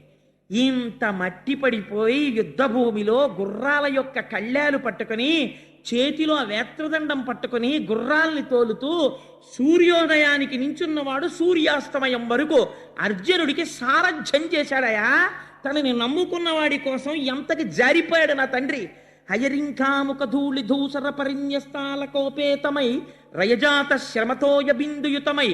అసలు అలసటంటే ఏమిటో తెలియదు మా స్వామికి. ఎందుకని ఎప్పుడు అంతగా ఆరాధింపబడుతూ హాయిగా ఉండేటటువంటి స్వామి యుద్ధం చేసి చేసి రథాన్ని అటు తిప్పి ఇటు తిప్పి కాసేపటికి అర్జునుడు అంటాడు భీష్ముడి వైపుకు పోని అంటాడు. అంటే భీష్ముడి వైపుకి తీసుకెళ్ళాలి. ఎవరో వస్తారు, వచ్చి అయ్యా అక్కడ ద్రోణుడు చాలా మందిని చంపేస్తున్నాడు, అర్జున మీరు రావాలంటాడు. ద్రోణుడి వైపుకు పోని అంటాడు. మళ్ళీ గబగబా ద్రోణుడి వైపుకి తీసుకెళ్ళాలి. తన యొక్క శాసనము చేత, తన కంటి చూపు చేత లోకములనన్నింటినీ పాలించగలిగినటువంటి శక్తి కలవాడు ఇవాళ తన వెనకనున్నవాడు అక్కడికి రథం పోని ఇక్కడికి రథం పోని అంటే అలాగే బాబాయ్ అని రథం తోలుతున్నాడు. ఏమి ఆశ్చర్యం రా మహానుభావుడిది. అలసట తెలియనటువంటి వాడికి చెమట పట్టింది. నుదురంతా చెమట పడితే తుడుచుకోవడానికి టైం లేదు. ఎందుకని? ఎడం చేత్తో పగ్గాలున్నాయి, కుడి చేత్తో వేత్రదండం ఉంది. ఏది కింద పెట్టి ఉత్తరీయం తీసి ఇలా ఇలా తుడుచుకున్నా ఈ లోపల ఏం ప్రమాదం వస్తుందో, గభాలను ఎవరు బాణం వేసేస్తారో. అందుకని ఇలా కారిపోతున్న చెమటలు కూడా తుడుచుకోకుండా రయజాత శ్రమతోయ బిందుయుతమై రంజిల్లు నెమ్మోముతో. మామూలుగా అందరూ చూశారండి కృష్ణ పరమాత్మ ముఖాన్ని. అర్జునుడి కోసమని యుద్ధం చేస్తున్నప్పుడు నేను పెట్ల కొట్టేస్తుంటే కవచాలు, అర్జునుడిని రక్షించుకోవడం కోసమని ఆ రథాన్ని అటు ఇటు తిప్పుతూ బాణాలకి దొరకకుండా రక్షించుకోవడం కోసమని ప్రయత్నం చేస్తుంటే సారథిగా ఆయనకి చెమట పట్టేట్టు కొట్టాను. చెమటతో కూడిన కృష్ణుడి యొక్క ముఖాన్ని నేను చూశాను. రయజాత శ్రమతోయ బిందుయుతమై రంజిల్లు నెమ్మోముతో జయము పార్థునకిచ్చు వెట్కనని నా శస్త్రాహుతి చాలా నొచ్చియు. ఎలాగైనా అర్జునుడికి గెలిపించేద్దామని ఎన్ని రకాలుగా రథాన్ని తిప్పినా నేను చేతిలో ధనస్సు పట్టుకుని సారథిని కొట్టాలి కాబట్టి నేను బాణం వెంట బాణం వేసి కొట్టేస్తుంటే ఆయన కవచం పిట్లిపోతే, ఆయన ఒంటికి నేను కొట్టిన బాణాలు తగిలితే ఆయనలోంచి నెత్తురు కారిపోతుంటే ఇంకా అర్జునుడినే రక్షించుకుందామని ఇన్ని దెబ్బలు తిని కూడా కృష్ణుడికి తగలకుండా రథాన్ని అటు ఇటు తిప్పుతున్నటువంటి భక్తపరాధీనుడైన పరమాత్మ ఉన్నాడే, వాడు నా మదిని ఆవేశించు నెల్లప్పుడు, వాడు నా మనస్సు యందు నిలబడుగాక. ఇది ఆయన వెళ్ళిపోయే ముందు చేసుకున్న ప్రార్థన. ఎంతటి మహోత్కృష్టమైనటువంటి వాడో చూడండి. ఆయన అంటాడు, ఇక్కడతో సరిపోయిందా కృష్ణుడి యొక్క లీల? కుప్పించి ఎగసిన కుడలంబుల కాంతి గగన భాగం బెల్ల కప్పికొనగా ఉరికిన నోర్వక ఉదరంబులోనున్న జగముల వ్రేగున జగతి కదుల చక్రంబు చేబట్టి చనుదించురయమున పైనున్న పచ్చని పటముజార నమ్మితి నాలా ఉనగుబాటు చేయకు మన్నింపు మని క్రీడి మరల దిగువ కరికి లంఘించు సింహంబు కరణి మెరసి నేడు భీష్ముని చంపుదు నిన్ను కాతు విడువు మర్జున ఎటంచు మద్ది శిఖవృష్టి తెరలి తనుదెంచు దేవుండు దిక్కు నాకు. యుద్ధభూమిలో అంపశయ్య మీద పడిపోయి బాణముల తలగడా మీద తల పెట్టుకుని ఒంట్లోంచి రక్తమంతా కారిపోయిన తర్వాత కృష్ణ పరమాత్మని ఆపాదమస్తకం చూస్తూ చెప్తున్నాడు, నువ్వు ఎంత భక్తపరాధీనుడవో నాకు తెలుసు. యుద్ధభూమిలోకి నువ్వు అర్జునుడికి సారథ్యం చెయ్యడానికి వచ్చే ముందు ప్రతిజ్ఞ చేశావు, అస్త్రము పట్టను అన్నావు. నేను ప్రతిజ్ఞ చేశాను నీతో పట్టిస్తాను అన్నాను. నువ్వెలా పడతావో నాకు తెలుసు. నేనేం చేశానో తెలుసా? 10వ రోజు యుద్ధంలో అర్జునుడి మీద బాణ పరంపర కురిపించి కొట్టేశాను. అర్జునుడిని కొట్టేస్తే నువ్వు తప్పించగలిగినంతసేపు తప్పించి వెనక్కి తిరిగి చూసావు. అసలు అర్జునుడు ఏమైనా యుద్ధం చేస్తున్నాడా అని అనుమానం వచ్చింది. వెనక్కి తిరిగి చూస్తే పూచిన మోదుగు చెట్టులా రక్తం కారిపోతోంది బాణాలతోటి. అంతే. ఎందుకు వచ్చింది నీకు కోపం? నిన్ను నమ్ముకున్న వాణ్ణి నేను కొట్టానని కోపం వచ్చేసింది. ఆ కోపంలో నీ ఒడలు నీవు మరిచిపోయావు పరమాత్మ. అంత భక్త పరాధీనుడివయ్యా నువ్వు. ఆ రోజున ఏం చేశావు? కుప్పించి ఎగసిన కుండలం పులకాంతి గగన భాగం బెల్ల కప్పికొన్నగా లైవ్ టెలికాస్ట్ ఇచ్చేస్తున్నాడు మహానుభావుడు. ఒక్కసారి ఆ ఎడం చేతిలో పట్టుకున్న కళ్ళాలు విసిరవతల పారేసి ఆ వేత్రదండాన్ని నేలకేసి కొట్టి ఇలా కూర్చుని సారథ్యం చేస్తున్నవాడు ఒక్కసారి రథంలోంచి కిందకి గభాల దూకేసేట. దూకేసేటప్పటికి కప్పేసింది. గగనభాగం బెల్ల కప్పికొనగా ఉరికిన ఓర్వక ఉదరంబులోనున్న జగముల వ్రేగున జగతి కదుల. అన్ని భువన భాండాలు నీ కడుపులో ఉన్నాయి కదా. నువ్వు ఒక్కసారి దూకేసేటప్పటికీ బ్రహ్మాండములన్నీ ఇలా కదిలి అలా దూకేశావు ఆ రోజున. ఉరికిన నోర్వక నుదరంబులోనున్న జగముల వ్రేగున జగతి కదుల. చక్రంబు చేబట్టి చనుదెంచురయమున పైనున్న పచ్చని పటముజార. అయ్యో, ఉత్తరీయం జారిపోకూడదని కూడా నువ్వు చూసుకోలేదు. పట్టనన్న వాడివి చక్రం పట్టేశావు. పట్టేసి గబ గబ గబ నడిచొచ్చేస్తుంటే నా మీదకి ఎదురుగుండా నేను ధనస్సు పట్టుకుని యుద్ధం చేస్తుంటే ఇలా పట్టుకుని ఇలా కళ్ళు తెరుచుకుని ఇలా వచ్చేస్తుంటే నువ్వు వేసుకున్న ఉత్తరీయం దారి కింద పడిపోయింది. కనీసం ఇలా ఉత్తరీయం తీసివేసుకోలేదు. అంత కోపంతో వచ్చేసావు ఆ రోజున నా మీదకి. అప్పుడు నమ్మి తినాలా ఉనగుబాటు చేయ కొమన్నింపుమని క్రీడి మరల దిగువ. బావా బావా బావా బావా అని ధనస్సు పక్కన పారేసి అర్జునుడు దూకేశాడు. దూకేసి పరిగెత్తుకుంటూ వచ్చి నీ కాళ్ళు అట్టుకుని బావా బావా అలా చక్రం పట్టేయకు బావా, నీ భావనైనటువంటి నేను అర్జునుడు చేతకాని వాడైపోతే భీష్ముడితో యుద్ధం చెయ్యలేకపోతే కృష్ణ పరమాత్మ చక్రం పట్టుకుని భీష్ముడిని చంపితే మొనగాడై కురుక్షేత్రంలో యుద్ధం చేశాడని రేపు లోకులు నన్ను దెప్పి పడుస్తారు. బావా వదిలేకు బావా చక్రాన్ని, నువ్వు పట్టుకోకు బావా అని అర్జునుడు నీ వెంట పడ్డాడు ఆ రోజున. చక్రంబు చేబట్టి చనుదించురయమున పైనున్న పచ్చని పటముజార. నమ్మి తినాలా ఉనగుబాటు చేయకు మన్నింపుమని క్రీడి మరల తిగువ. కరికి లంఘించు సింహంబు కరణి మెరసి నేడు భీష్ముని చంపుతు నిన్ను కాతు. విడువు మర్జున ఎటంచు మద్ది శిఖవృష్టి తెరలి చనుదెంచు దేవుండు దికునాకు. సింహం ఏనుగుని చంపేటప్పుడు శాతన కగ్రఖండితల సన్మజ కుంజర కుంభముక్త ముక్తాతత శైల అంటారు తిక్కన గారు. అలా ఒక్కసారి ఎగిరి సన్నటి నడువుతో దూకి ఆ ఏనుగు యొక్క కుంభస్థలం మీద కూర్చుని పంజాతో కొట్టి చీల్చేసి ముత్యాల్ని పైకి తీసినట్టు ఆనాడు ఏనుగు మీద దూకుతున్న సింహం అన్నట్టుగా నువ్వు చక్రం పట్టుకుని గబ గబ వెళ్ళిపోతూ అర్జునుడు ఎదురొచ్చి కాళ్ళ మీద పడిపోతే ఊరుకో అర్జున పక్కకిలే చంపేస్తాను వాడి భీష్ముడిని ఏమనుకుంటున్నాడో. నీ మీద బాణాలేస్తాడా? నిన్ను కాపాడతాను, భీష్ముడిని చంపేస్తాను. నేను ఎవరో తెలిసిపోయినా సరే ప్రపంచానికి చక్రం పట్టుకుని చంపవతల పారేయాల్సిందే ఇవాళ. ఏమనుకుంటున్నాడు? నేను నీ రథం మీద నిలబడి ఉండగా నిన్ను కొట్టడమా అని బయటపడిపోయాడా ఆ రోజున. భక్తులకు ఎంత పరాధీనుడో అలా మాట్లాడచ్చా? అందరికీ తెలిసిపోదు అర్జునుడి పక్షం కృష్ణుడని. అప్పుడేమో బావా ఎప్పుడు వచ్చి తీవు మునుముందుగా అర్జును నేను చూచితిన్ అని అంత టకరతనం ప్రదర్శించాడు. ఎంతో నైపుణ్యంతో సమానంగా ఇచ్చినట్టు చెప్పాడు. ఇప్పుడు బయటపడిపోట్లా ఎవరి పక్షమో అని కూడా చూసుకోకుండా నేడు భీష్ముని చంపుతు నిన్ను కాతు విడువు మర్జున ఎటంచు మద్ది శిఖవృష్టి తెరలి చనుదెంచు దేవుండు దిక్కు నాకు. ఆ భక్త పరాధీనుడై ఆ రోజున అన్నీ మరిచిపోయి అర్జునుడిని రక్షించడానికి తన ప్రతిజ్ఞ భంగం చేసేసి చక్రం పట్టుకుని దూకేసి నా మీదకొచ్చేటట్టు చేసిన ఘనత నాదే. అలాంటి కృష్ణుడిని నేను చూశాను రథంలో కూర్చొని యుద్ధం చేస్తూ. ఆ మూర్తి నా కళ్ళల్లో ఉండిపోయింది. మనకి ఉండిపోగలదు ఆ పద్యం నేర్చుకుంటే శిశపద్యం. అలాంటి కృష్ణుడు ఉన్నాడే భక్త పరాధీనుడై యుద్ధ భూమిలో నడిచొచ్చేసిన నా స్వామి. ఇది ఎవరు గీయగలరండి? ఏ చిత్రకారుడు గీయగలడండి? నిజంగా అలాంటి పటాన్ని గీసినవాడు ఉంటే అది ఎన్ని ఇళ్లల్లో పెట్టుకోవలసినటువంటి పటం అండి నిజంగా. అలాంటి పరమాత్మ అటువంటి దేవుడున్నాడే. కృష్ణుడు అనలేదు, పొద్దున స్వామి అన్నారే సమస్త ఇంద్రియములకు శక్తి ఇచ్చి అంతటా వ్యాపించిన వాడు ఒక ఆకారమును తీసుకుంటే వాడే వాడని నేను గుర్తుపట్టాను. భక్తుల కోసం అంత జారిపోయినవాడు, అంతకి దిగిపోయినవాడు, ఆయన్ని నమ్ముకున్న నన్ను మాత్రం రక్షించడా? నాకెవరు దిక్కు? ఈ అంపశయ్య మీద పడిపోయి ఉండగా వాడే నాకు దిక్కు. అట్టి దేవుండు దిక్కు నాకు అని ఆయన అంటాడు. అర్జునుడు యుద్ధానికి వచ్చినప్పుడు చాలా పెద్ద మొనగాడిలా యుద్ధానికి వచ్చాడు, మహావీరుడిలా యుద్ధానికి వచ్చాడు. కానీ తీరా యుద్ధానికి వచ్చిన తరువాత అటుపక్క దుర్యోధనుడి సైన్యం ఉంది, ఇటుపక్క పాండవుల సైన్యం ఉంది. మధ్యలో రథాన్ని నిలబెట్టారు. తీరా నిలబెట్టిన తరువాత తనవారి చంపజాలక వెనుకకు పో నిచ్చు విజయుని శంకన్ ఘనయోగ విద్యబాపిన మునివంజుని పాద భక్తి యొనయును నాకున్.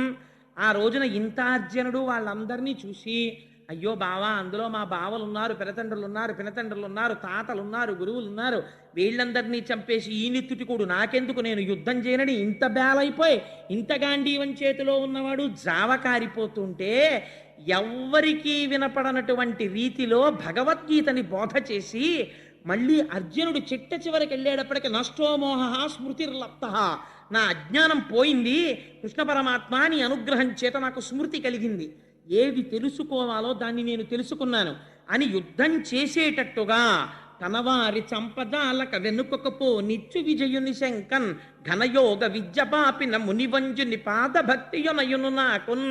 అటువంటి మహాపురుషుడున్నాడే, అజ్ఞానమును బోధించినటువంటి భగవద్గీతా శాస్త్రం, సమస్త ఉపనిషత్తుల యొక్క సారాంశమైనటువంటి ఆ భగవద్గీత ప్రబోధం చేసినటువంటి కృష్ణ పరమాత్మ యొక్క పాదారవిందముల యందు సర్వకాలముల యందు నాకు భక్తి కలుగుగాక అని ప్రార్థన చేసి ఆయన అంటాడు, తనకు నృత్యుడు వినికాచుట మహాధర్మంబు ఉమ్మంచు అర్జున సారథ్యము పూని పగ్గముల సజ్జోగంబునన్ పట్టుచున్ ములికోలన్ వడిపూని ఘోటకములన్ మోదించి తాడించుచున్ జనులన్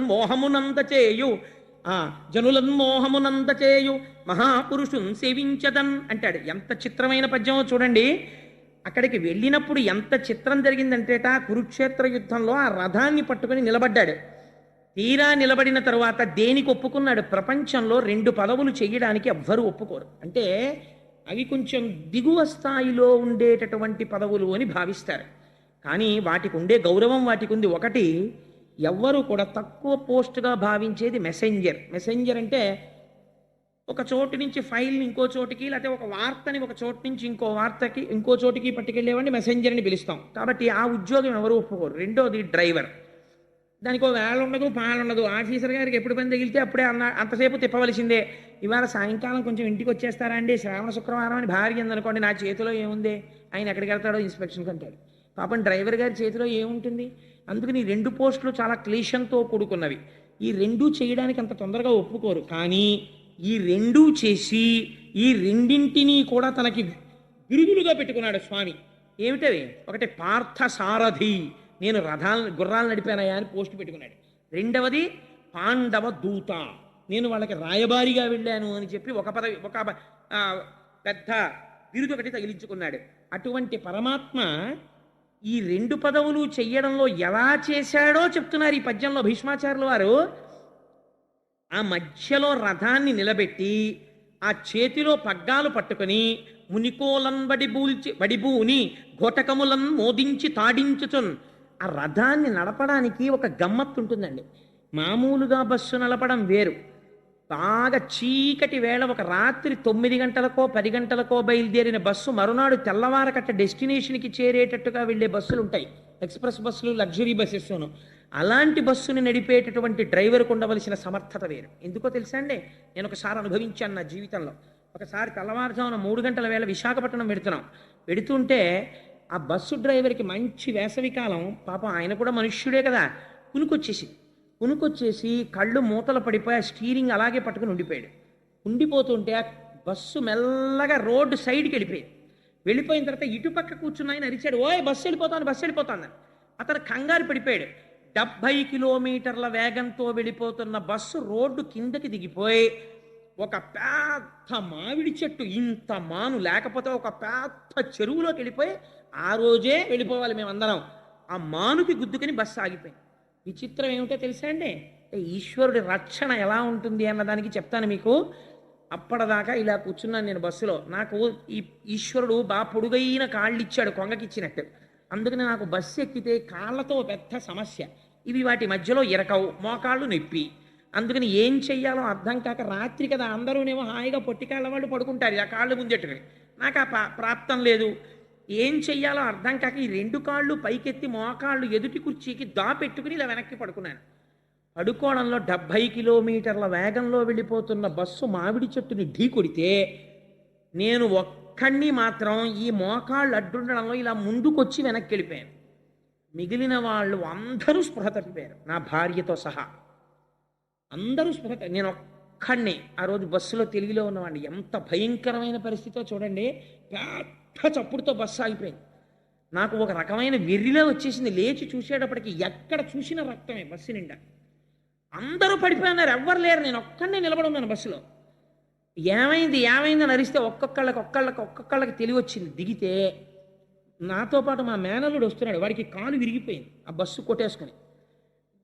ఇలాగా దెబ్బలు తగిలి స్పృహ తప్పిపోయారు, చెట్ల కింద పడుకోబెట్టారు. సరే వైజాగ్లో పెట్రోలింగ్ వ్యాన్స్ వచ్చి తీసుకెళ్ళాయి. మా మేనల్లుడికి కట్టు కట్టించడానికి నేను వైజాగ్ హాస్పిటల్కి వెళ్ళేటప్పటికి పరిస్థితి ఏమిటో తెలుసా అండి? చాలామందికి ఇక్కడ పళ్ళు ఇక్కడికి వచ్చాయి. ఇలా కొట్టుకోవడంలో ముందు కుర్చీలకి ఈ పళ్ళు వెళ్ళి ఇలా కొట్టుకోవడంలో ఈ పళ్ళు ఒక్కసారి దెబ్బ కొట్టి ఇక్కడ పళ్ళన్నీ ఇక్కడికి వచ్చేసేలాగా. వాళ్ళందరికీ ఒకే ఆపరేషన్. ఇక్కడ వరకు కోసేసి ఆ పళ్ళు పీకుతున్నారు. ఆ రోజు రక్షించిన వాడు ఎవరండి? పరమాత్మ. డ్రైవర్ అంటే అంత సామాన్యం కాదు. ఒక రాత్రి అయ్యేటప్పటికీ మనం హాయిగా టిఫినో భోజనమో చేసేసి బస్సు ఎక్కేసి అంతే కునికేయడం మొదలెడతాం. కొనకని వాడు అందులో ఆయన ఒక్కడే ఉంటాడు. ఆయన కూడా దిక్కుమాలి వీళ్ళందరూ హాయిగా పడుకున్నారని ఆయన కూడా కొంచెం ఇలా కునికాడు అనుకోండి, అయిపోయామే. అంతవరకు ఎందుకంటే ఒక బ్రేక్ కొట్టాడు అనుకోండి, ఎంతమందికి ఫ్రాక్చర్లు అయిపోతాయో. రాత్రి 10 గంటల నుంచి తెల్లవారుజామున 6 అయినా 7 అయినా 10 అయినా నిద్రపోతుంటాడు ఒక్కొక్కడు. వాడికి దెబ్బ తగలకుండా బ్రేక్ వేయకుండా అంత జాగ్రత్తగా కొంచెం ఎక్కువసేపు హారన్ కొడితే ఏటా బాబా హారన్ తినేస్తున్నావు అంటారు. కొంచెం పాటలు ఎట్టుకున్నాడు అనుకోండి, ఆ పాటలు ఏమిటాయా అంటారు. అలా జాగ్రత్తగా ఆ బస్సు మీదే దృష్టి పెట్టుకుని నడపాలి. రథం లోపల ఉన్న వాళ్ళ క్షేమం అంతా ఎవరి మీద ఉంటుందో తెలుసా అండి? రథం నడిపేవాడి మీద ఆధారపడుతుంది. వాడికి కనురెప్ప పడింది అనుకోండి, ఇందులో ఉన్న వాళ్ళు ఎంతంత గొప్పవాళ్ళైనా సరే పార్థివ శరీరాలు మాత్రమే మిగులుతాయి మర్నాటికి. అలా అంత జాగ్రత్తగా నడపాలి. అందుకే పోతన గారు ఎటువంటి అనువాదం అండి. తనకు భృత్యుడు, అయ్యయ్యో వీడు నా భృత్యుడు, నా సేవకుడు, నన్ను నమ్ముకున్నాడు. ఆయనేమో చూసిన వాళ్ళు ఏమనుకుంటారు? అర్జునుడు చాలా గొప్పవాడు, రథి, సారథి తక్కువ వాడు అనుకుంటున్నాడు. వ్యాసుడు అసలు నిజం చెప్పేస్తున్నాడు. లోపల వాణ్ణి రక్షించడానికి ఈయన పదవిలోకి వచ్చాడు. తనకున్ భృత్యుడు వీనికాచుట మహాధర్మంబు, వీణ్ణి రక్షించాలి, అందుకుని నేను సారథిగా ఉండాలి. లేకపోతే వీడు ఎవరి మీద గడిపోతాడో ప్రమాదం. అందుకని వీడిని రక్షించుకోవడానికి నేను ఉండాలి సారథిగా. వీనికాచుట మహాధర్మంబు ఒమ్మంచు అర్జున సారథ్యము పూని. ఎంత దారుణమైన పదవండది. అర్జునుడి యొక్క సారథ్యం పూని ఆ రథాన్ని నడపడంలో ఉంది చాకచక్యం అంతా. కర్ణుడు వేసిన బాణానికి అర్జునుడి రథం ఎప్పుడో ఎగిరిపోయేది. పరమాత్మ భూమిలోకి కుంగిపోయేటట్టు చేశారు కాబట్టి దక్కింది రథం.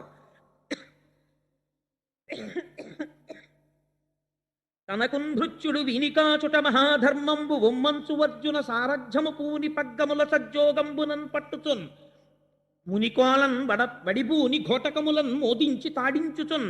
ఆ గుర్రాల్ని ఇష్టం వచ్చినట్టు కొట్టేశారనుకోండి, కంగారు పడిపోయి కనురెప్పల పైకి ఒక ఆగ్నేయాస్త్రం వేసేస్తాడు. ఎక్కడో మంటలు చిమ్ముతూ పైకి లేచిపోతున్నాయి. వెనకాల ఉన్నవాడు సామాన్యమైన వాడు ఏంటంటే, అర్జునుడు ఒక్కొక్క అస్త్రం ప్రయోగించాడంటే ప్రతిద్వందులు ఎటువంటి వాళ్ళు ఉంటారు, అటువంటి వాళ్ళు చేసుకుంటుంటారు యుద్ధం. ఏదో టీవీ చూస్తూ ఉండిపోయినట్టు నోరు ఎళ్ళబెట్టుకుని వాడేసే బాణాల వంక ఈయనేసే బాణాల వంక అలా చూస్తూ ఆకాశం వంక చూస్తూ కూర్చున్నాడు అనుకోండి, భలే ఉన్నాయరా కొట్టుకుంటున్నాయి. ఈలోగా వాడెవడో బాణం తన గుండెల మీదకో గుర్రాల మీదకో లోపల ఉన్న రథి మీదకో వేస్తాడు. అన్ని ఆకర్షణీయమైన సన్నివేశములు, అటువంటి అస్త్రములు, ప్రయోగాలు, ఉపసంహారాలు జరిగిపోతుంటే తన దృష్టి మాత్రం వెనకాతల ఉన్నటువంటి రథిని రక్షించుకోవడం మీదే ఉండాలి. ఒకవేళ ఇలా ముందుకుంటాడు కానీ ఇలా చూసుకుంటూనే ఉండాలి. రథి అలిసిపోయాడు అనుకోండి, సారథికి ఒక స్వాతంత్రం ఉంటుంది. రథి అలిసిపోతే రథాన్ని జాగ్రత్తగా యుద్ధభూమిలోంచి తప్పించి తీసుకెళ్ళిపోవాలి, ఎవరికీ దొరకకుండా తీసుకెళ్ళిపోయి. అందుకే చేతక్ అని బజాజ్ కంపెనీ వాళ్ళు అడాప్ట్ చేసుకున్నారు. రాణా ప్రతాప్ సింగ్ యుద్ధంలో పడిపోతే ఆ గుర్రం శత్రువులకి దొరకకుండా రాణా ప్రతాప్ సింగ్ని తీసుకుని కోటకు వచ్చేసింది. ఆయన పెట్ హార్స్ పేరు చేతక్, అందుకనే ఆ స్కూటర్కి చేతక్ అన్న పేరు వాళ్ళు అడాప్ట్ చేసుకున్నారు. అంత తెలివైన వాడై ఉండాలి సారథి, ఉండి వెనకాతల రథిని రక్షించుకునేవాడై ఉండాలి. అందు కోటకములను మోదించి తాడించుచు దానికి అవసరమైనట్టుగా గుర్రాల్ని కొడుతుండాలి, రథాన్ని తిప్పుతుండాలి. ఇది నిజ జీవితంలో కూడా ఆయన సారథిగా మనం పెట్టేసుకున్నాం అనుకోండి, మన ఇంద్రియాలని ఎప్పుడు ఎలా వాడాలో అలా ఆయన వాడేటట్టు చేస్తాడు, ఆయన నియంత్రిస్తాడు, ఆయన నడిపిస్తాడు. ఎప్పుడూ విజయమే. ఎందుకని సారథి ఆయన ఉన్నాడు. ఘోటకములను మోదించి తాడించుతున్ ఏం చేస్తున్నట్ట? ఒక గొప్ప పని చేస్తున్నట్టు ఇవాళ సారథిగా ఉండి ఎదురుగుండా ఉన్న వాళ్ళందరూ కూడా ఆయన్ని చూసి సమ్మోహపడిపోతున్నారట. ఎంత బాగున్నాడో చూడు, అసలు ఆ సారథి చూడు ఎంత అందంగా ఉన్నాడో, ఎంత అందంగా. కృష్ణుడు అంటే మాటలు ఏంటంటే గోపికలు అన్నారు, నల్లనివాడు మేలి చిరునవ్వులవాడు, ఎలాగో వచ్చేస్తుంది కదా రాసక్రీడ అక్కడ విందురుగాని రాసలీలలో. అందుకని ఆయన్ని చూసి సమ్మోహపడిపోతున్నారట. అటువంటి రూపం చూపించి శత్రువుల్ని కూడా వంచేశాడు. అటువంటి స్వామి ఉన్నాడే, అర్జునుడు రక్షింపబడ్డాడంటే ఆయనే కారణం. అటువంటి వాడు నా హృదయమునందు నిలబడుగాక. ఈ భక్తిలోంచి ఒక్కసారి దూకేశాడు జ్ఞానంలోకి. ఎంత గొప్ప మాట చెప్పాడో చూడండి. ఇదే ఆఖరి పద్యం భీష్ముడిది.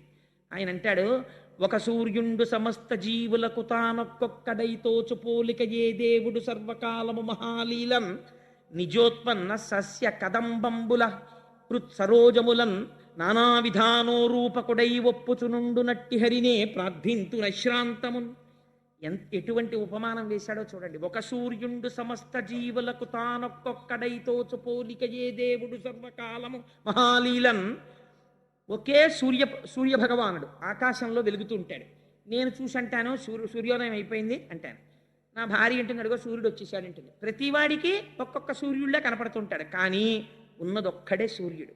నిజోత్పన్న సస్య కదంబంబుల హృత్సరోరుహములన్ నానా విధానో రూపకుడై ఒప్పుచునుండు నట్టి. ఇదే పొద్దున స్వామీజీ అన్నారు, ఇదే మంగళత్వం. అనేకములుగా కనపడుతుంటాడు, కానీ ఉన్నది మాత్రం ఒక్కటే పదార్థం. అనేకములుగా కనపడి ఒక్కడిగా ఉండి ఇంతమందికి ఇంతమంది సూర్యులులా కనపడిన వాడు ఉన్నదొక్కడే సూర్యుడైనట్టు, అంతటా వ్యాపించిన వాడు ఒక్కడే అయిన పరమాత్మ ఎవరున్నారో ఆయన పాదార విందముల యందు నా మనస్సు నిలబడుగాక అని అంతటా వ్యాపించి ఉన్నటువంటి విష్ణు భగవానుణ్ణి ఆరాధన చేసి చిట్ట చివర బొటనవేలు దగ్గర నుంచి ప్రాణాల్ని లాగేసి అష్టమి నాటికి హృదయమునందు నిక్షేపించి అట్టే పెట్టాడు.